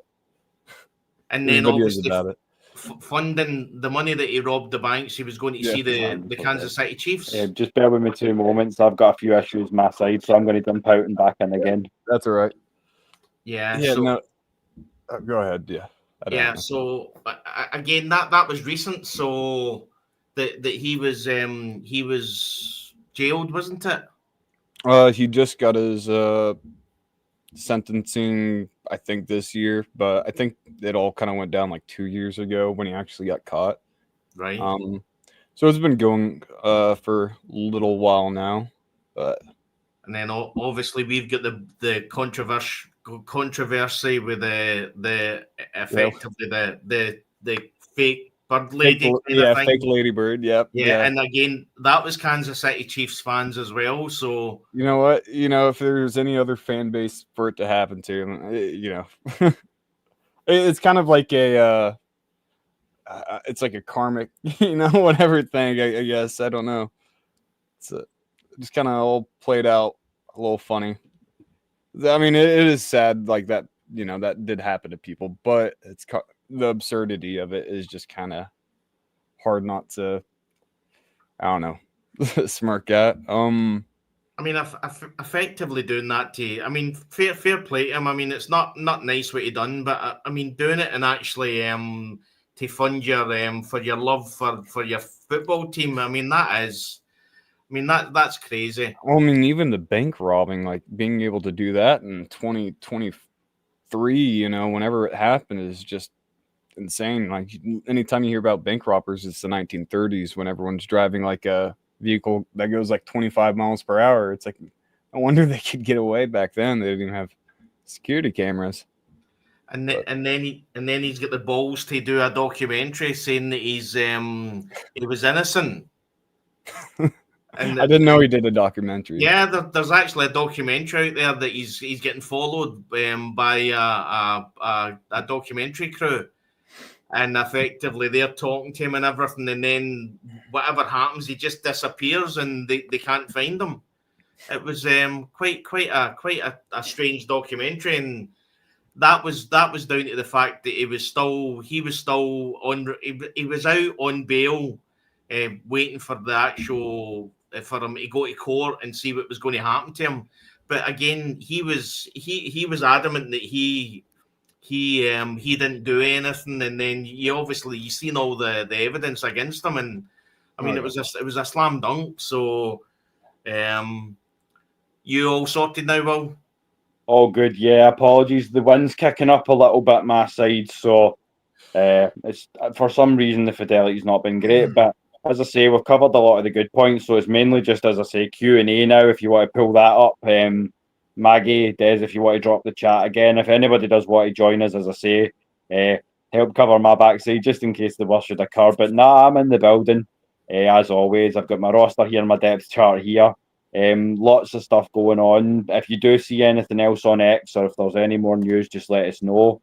Big one on Saturday as well. So Cam, feel free to join us for that too, brother. Okay. As I say, we'll be opening the panel up on Saturday too. What time is that up? Same again, so it'll be 3:30 Eastern. Yeah, that'll work. So Cam, are you Eastern or are you Eastern time? No, Central Standard Time. So you're effectively you're an hour behind Atlanta. Yeah, so I get my kickoff at 12 o'clock. Perfect time. So you're 6 hours behind us. So yeah. You're 8:30. So you're 8:30. 4:19 is 2:30 to you. So 4:19. So they're 8 out. 6 hours. 4:19 right now. So yeah, it's 2:35 when the show comes on. So yeah, it's like right when I getting off. Just a wee thought, and I haven't said then. So I don't actually drink. I'm not. I'm teetotal, but I do actually collect whiskey. So what I might do on Saturday, I might actually I won't open them because they're really expensive, but I might actually get a few whiskey, some of my whiskey collection, and I'll actually show some of the whiskey, and that would be awesome. And we can just, I would say, don't judge me when you hear some of the prices that I paid for whiskey, because it is an investment. It's my birthday weekend, so you can show and I'll drink. I won't drink yours, but I'll drink my own. There's a 12-year-old Chivas Regal in there that I bought just to see whether I could actually drink whiskey or not, and it's sitting in there. Feel free to have it, mate. Whiskey effectively doesn't go off anyway. It's too high a proof. So it's there for you, mate. I'm more than happy to get it over to you. It's not a problem, but sounds good, my brother. Mad Mike just saying as well, Kevin King's been released. Yeah. So another safety gone. I'm going to warn you as well. This technology is not working for me. I'm trying to keep on top of X. It's a constant struggle, but we do our best here. That's why we're trying to grow the community as well, Cam, so that you can take some of the load. Yeah. Don't leave Des out on an island. To be honest, Cam, this is normally at the point when you're battering in all the comments on the sideline. You know what I mean? So yeah, exactly. So now you're on our side to the I guess so. Got recruited. But yeah, no, Mike, when we seen Kevin King, I think that's showing promise for Kobe Bryant to maybe make the roster with Kevin King being released. It gives him a little bit more breathing room in the competition, for sure. I agree. That's what I loved as well, as you say, competition. So yeah, a lot of competition everywhere. Yeah, everywhere. Yeah, it's good to see. I mean, definitely. I'll go back to 2021 when Arthur Smith came in, and I mean, literally, we were. It was all 1 year veterans, and I mean, some of the names were names I'd never heard. You know what I mean? We were bringing in D. Olford and all that from the Canadian League.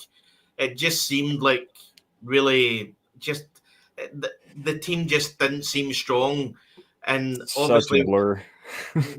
You mentioned who was the guy, the game that you mentioned that get took off the practice squad last year? That was Logan Woodside. Woodside. Or who else was it? Was it the defensive? Oh, Zion Logue. Yeah, yeah, he went to the Bills.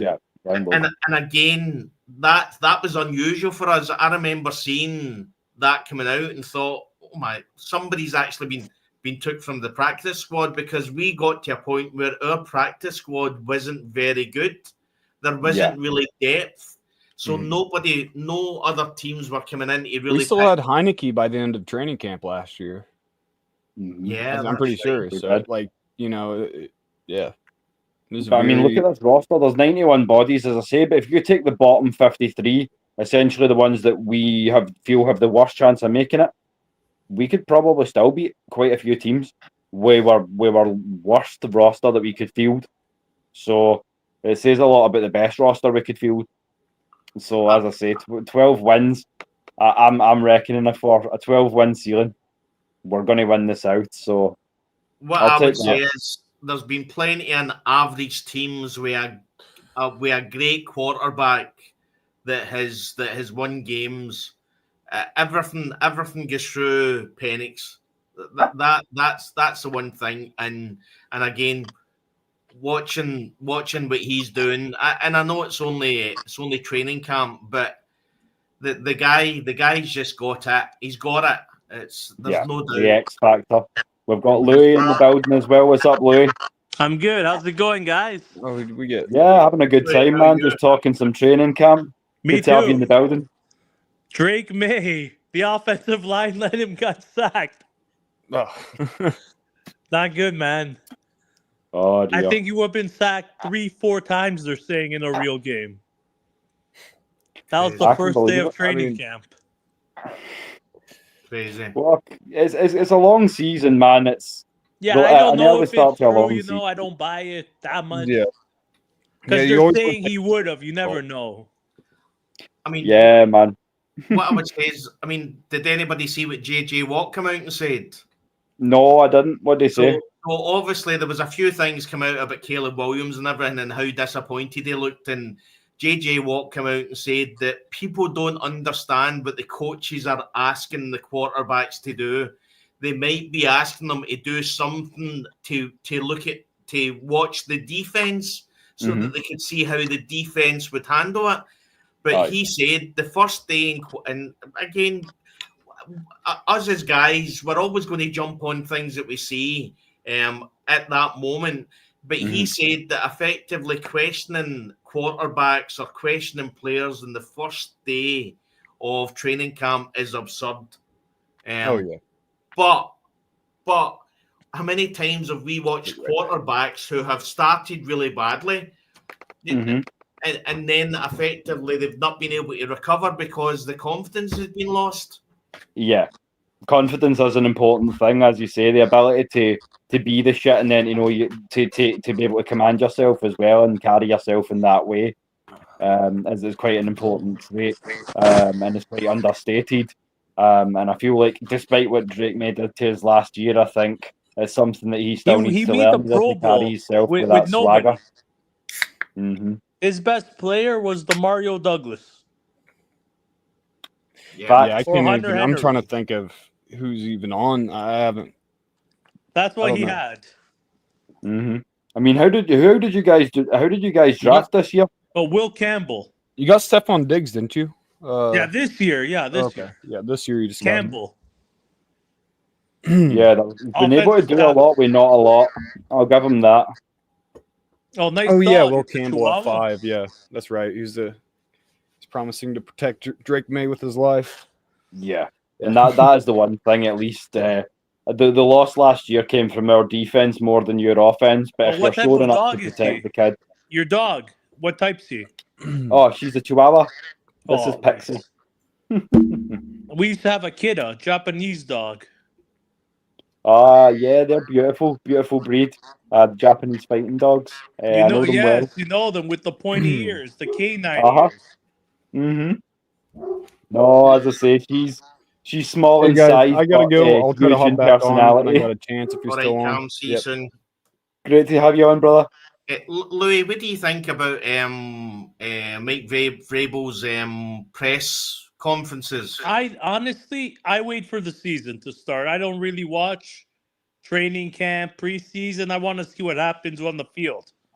Okay. Mm-hmm. You know what I mean? We don't know what really happens. They show a little, like we saw Kyle Williams today make a one-handed catch. Yeah. From Drake May. But is he getting that with pads on and everything? You don't really know. Yeah. As I say, there's a difference between, we're excited to be back into preseason, back into training camp, but the meaningful snaps are still to come. Yeah. As I've said before. And Tom Brady isn't here anymore with Gronk, Yeah, as I say, we like to joke and have a little bit of banter and what have you. But of all time, do you put him over Mahomes? Yeah, at the moment, yeah. So effectively, until Mahomes has finished his career, you still have to. I mean, I call him the GOAT man. I don't mention his name, mate, because Super Bowl 51.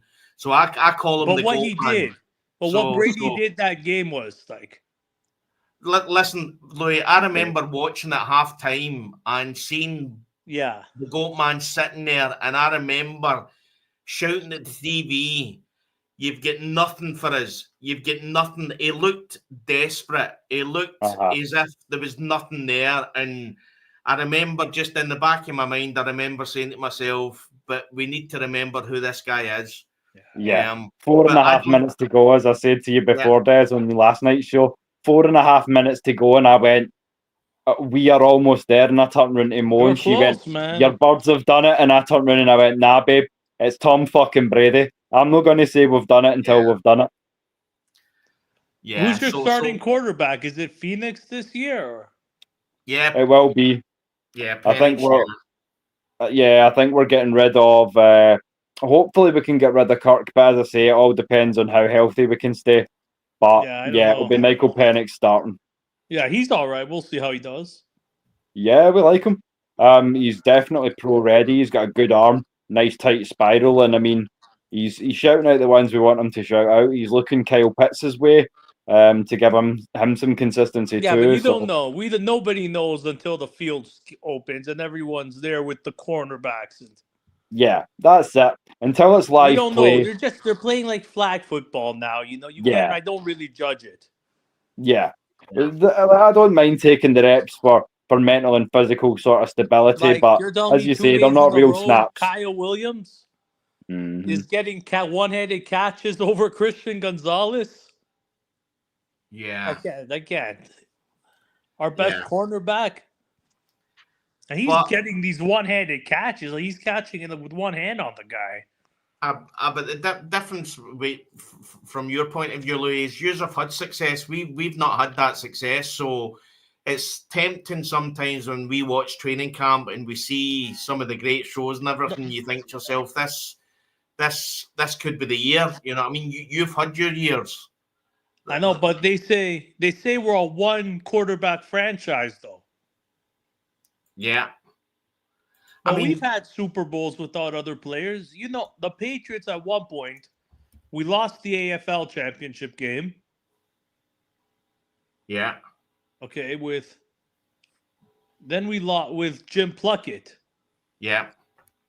Then we went again with, what's his name? Tony Easton. And we lost again. Then we lost. We were 0-3 in the finals at one point. Yeah. We had the same record the Bengals have. Yeah. But we weren't always. Then along came Tom Brady. Yeah, I know. But again, I always look at the Patriots because I always say that it's all about the quarterback, and I'm excited for what we've got in Michael Penix Jr. I think he's going to be. There's going to be a lot of talk. I mean, Patrick Mahomes came out and talked about him, said that how impressed he was with him. And he played? Yourself, he was injured, right? Michael Penix Jr. Did he play last year? Yeah. So obviously, Kirk Cousins played the first. Played. Yeah, he played the first 14 games, and then Michael Penix came in the last 3 games. And how was it? How was he? What was the record? Phenomenal. I mean, if you want to go back and watch the Carolina Panthers games, big time throws, and that. So effectively in these 3 games, he was sitting at 9% in big time throws, and normally Josh Allen leads it, and he was sitting at 7%. So, I mean, the guy's got it, but. As I go back to what happened with the New England Patriots, there was a lot of times where you had a good team, but it wasn't a great team. But Tom Brady made the difference. We had a lot of good players. Yeah, but I always say, Louis, that effectively you could have took the Jacksonville Jaguars and put Tom Brady in it. And as soon as some of the players seen that Tom Brady was their quarterback, they would have tried harder. They would have got better because they would have the hope that they could win. Do you understand? No, I get what you're saying, but they have a good quarterback. They got a generational quarterback, and they're still not winning. Yeah, I wouldn't say. I mean, Trevor Lawrence to me, he was supposed to be the best quarterback to come out. But he's not shown that. I mean, to be honest, he's not had stability in Jacksonville Jaguars. He's not had stability. So, but I don't see generational. No, he was supposed to be though when he was drafted. Yeah.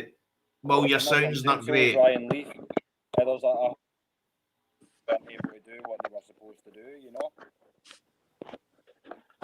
Yeah, still struggling to hear you well. Yeah, so effectively the way I look at it is, I mean, obviously you played us in the Super Bowl 51, Louis. Yeah, that was a long time ago. Yeah, I mean, again, I look at these fans. I mean, like in the that was crazy that game. Oh, the people say that was the greatest comeback in sports history. Yeah, not for me. It wasn't, Louis. Not for me. It was the biggest. I mean, I mean, I've still not watched that game again. That's just talking about it gives me pain. I mean, I'll be serious. It literally, I still feel pain when I think about that game. I would too. Yeah, it hurts. Because it was that's 1 in a million though. 99 times you guys win that game. Yeah. See if it's literally level all the way through the game and we lose it. Is he here to just rub it in our face and just continue to brag about something that was years ago, Patriots? No. Because it will live on forever. It will live on forever. It will. Yeah. We will right the wrong of that one soon. So you can brag about it right now. But what happened in '98? Did you guys lose in '98? Yes, we did lose in '98. Who was it? The Cowboys or the Broncos? The Broncos, yeah. I don't know what happened. I was young that time. That was when people decided to, get prostitutes and purchase them on the, and do things they shouldn't be doing right before the Super Bowl. Yeah, we started off the podcast so much positivity talking about training camp and Michael Penix Jr. and now we're talking about the game that we should not mention. You know what I mean? So. I mean everything. Do you see Julian Edelman's catch? Like it's 1 in a million. But did you see? He literally has the ball. The ball is. But Louis, I'm going to come back at you. That the Julio Jones catch, and I think the third quarter if we'd have won that would have been considered the best catch in Super Bowl history. That was phenomenal. Go back and watch Julio Jones's catch in the third quarter, or maybe it was the fourth quarter. Well, absolutely lights out, the best you've ever seen. But it's ignored because we didn't win it. You know what I mean? A fluff play by Julian Edelman, it was nothing on Julio Jones's catch. You know what I mean? I'm sorry, we should have won it. We should have won that.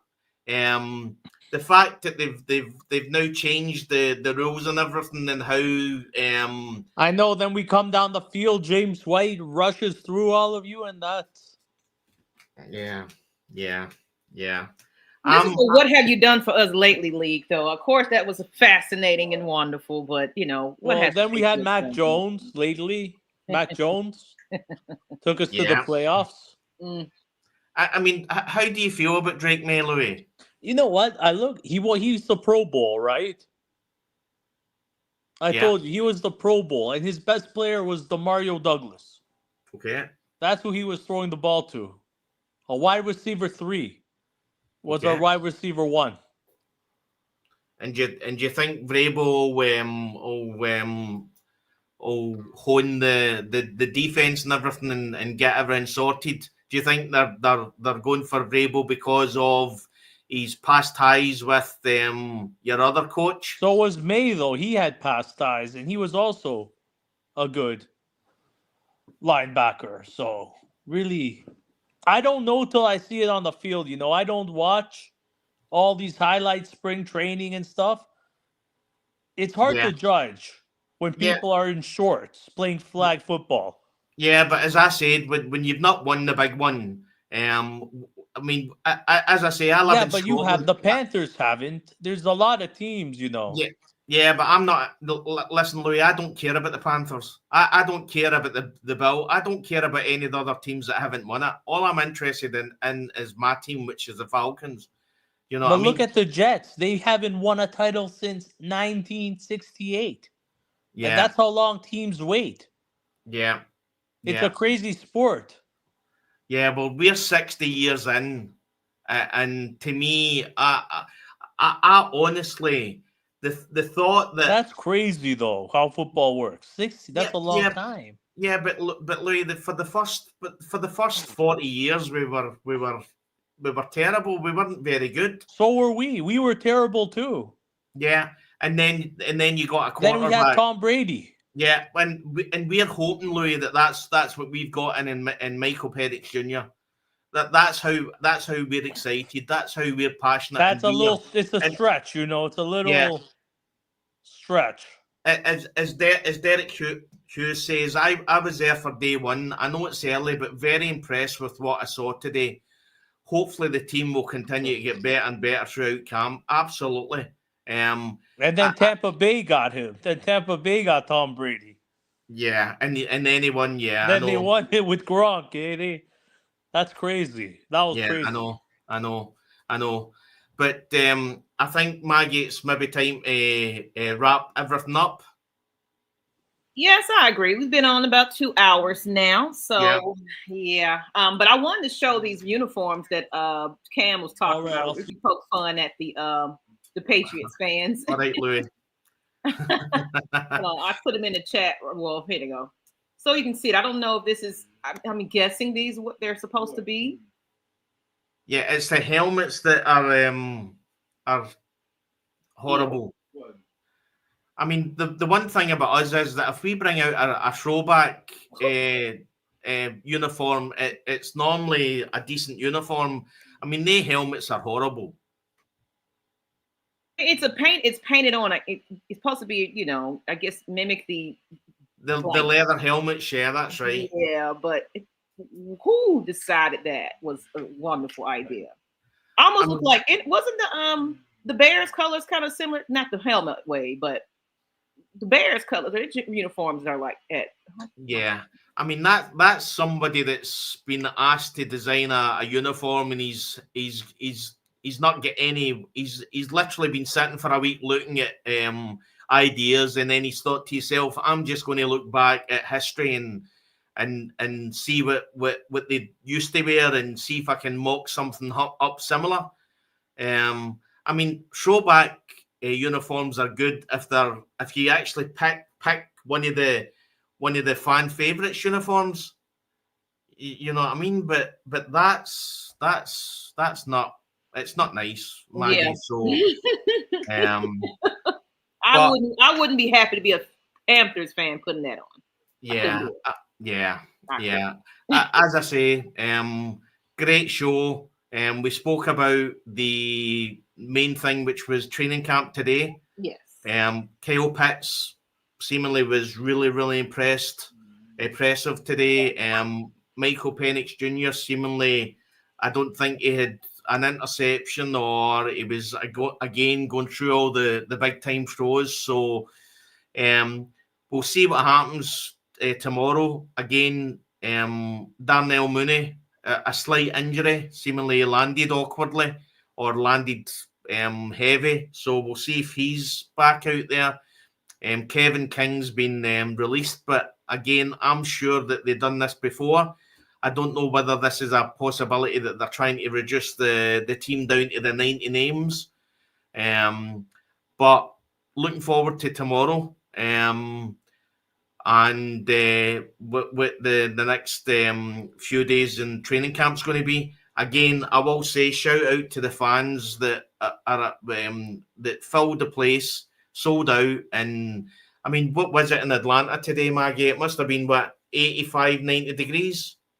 Yeah. But fun to see that surprisingly, right now it's 85. Yes.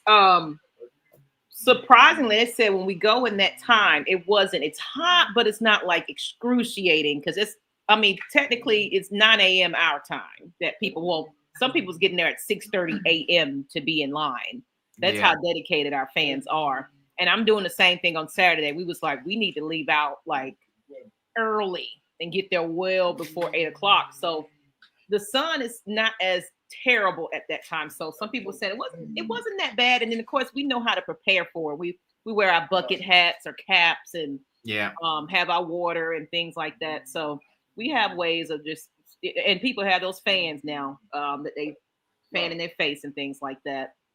And again, talking about Saturday, do you want to do a wee shout out on the meet and greet on Saturday? Yes. So for those, because of course we might not have a show. I don't know. Coach Unchained will be doing something on Friday, but yes, we have the Red and Black event right after training camp, not necessarily directly after, but about doors open at 6 p.m. But I probably will get there around 8 p.m. as you can see at the top. This is going to be at O'Reilly's at in Covington Highway, so you really can't miss it. That's 3875 Covington Highway. Plenty of parking, free to get in until 10. And I think after 10 p.m. it's just like a $10 charge. $5 drink specials. They have wings. They have food. They have everything. And I didn't put up the new flyer, but we will have special guest Miss Keisha Bird Lady. She is, of course, the original Bird Lady, not the fraud. As well as we will also have drama. Everybody knows him locally, Mr. Left, Right, Left. He's also going to be performing some new tunes. So I can't wait to have you guys in the building. We are should have been there at 6 a.m. Well, now you prepare. Are you coming back out, Derek, to check out some more training camp? Because we'll be there Saturday, and I might possibly be there Sunday as well. But and again, I'll shout out to everybody that's putting out the tweets. Unfortunately, us international fans, we can't really be there. We can't jump in the car and go and drive to the training camp. I would love to be able to do it, but we can't do it. So when you get there, if you are watching, when you get there, tweet as many videos and impressions and effectively tell us what you think is happening. Who's impressed you, who's not there, who's had whatever's happening on the field, just let us know, because it's the only way we get to know it. So signing off, Maggie, where can everybody find you? Everybody can find me. You just type in Maggie T Productions. That's X, Instagram, Facebook. Of course, you can find me on YouTube here. And I wanted to say something else. Oh, so you will have some insight. We're going to take some microphones with us to training camp on Saturday, me and the Ladybirds. Be on the lookout for us. Want to ask the fans some interview questions about what they feel about training camp and their expectations. And a lot of that is going to be reposted on the channel as well as we'll put in the group chat. So you guys can kind of get a little bit more insight, even though we can't really record the team practicing. I think we can get some screen stills, but I would love to at least talk to the fans as we're sitting there and getting their ideas of what the team is going to be, their expectations are. So don't be on the look, don't be surprised if we put a camera and microphone in front of you. We'll be out there Saturday. So I'm looking forward. So you'll get some insider. We'll definitely make sure you get a little bit more closeness to the training camp since you can't physically be there. Brilliant, fantastic. And if you're wanting to find out where I am, I'm only on X. So if you just look for the Scottish Falcon, again, really positive feedback from a lot of you guys in Atlanta and quite a few of the guys down south as well. So find me on Scottish Falcon. We'll be back. Obviously, you've got the big show at 8 o'clock your time in Atlanta. So our time, it will be 8:30 on Saturday. We'll have a show. I've decided that I'm going to pull out my whiskey collection, Maggie. So obviously I've got quite a big whiskey collection. So I'm going to have a few bottles ready just to show some of the viewers some of the whiskey that I've collected. So I would say that I would hopefully nobody will judge me. So some of the prices are quite expensive, and but it is an investment. I'm investing. I buy them to actually sell on at a later date. So we'll be doing that on Saturday. So 8:30 our time, 3:30 in Atlanta. And that's a good time too, because that's everybody's wrapped up training camp by that time anyway. So this probably, because that's what, Thursday, Friday. Well, today's Thursday, Friday, and you got Saturday. So it's gonna be quite a bit of content to talk about. I just put in a chat some of the wrap up of it. So I'm excited. And yes, it is me. It is Maggie T. Yeah. Thank you for the shout out. Yeah. And Derek was at the practice today. So if you're at the practice on Saturday, Derek, Maggie will be there. So have a go and meet up and tell her what you think of the practice. Yeah, if you want to share some of your content, find me on social media, Maggie T Production. If you want me to post it on our community page on YouTube, I can put it on our social media platforms, Atlanta Falcons Nation. My page is Maggie T Productions, or just share it on your own social medias, and I can try to find you. Just let us know how to find you on there, so we can repost some of your content, like X and Instagram, Facebook. I see a lot of people posting now, especially on Facebook. It is beautiful. Well, I'm coming off. I'm going to have some to eat, because it's literally in my time now. It's 10 to 11. Good night. I'm going to have something to eat, and then I'm going to look on Twitter and see what I've missed. So just sign off. We'll sign off with what we always say. Pain is international, and so is passion. Thanks all you everybody for watching, and we'll see you on Saturday. Good night, everyone. Bye. Good night.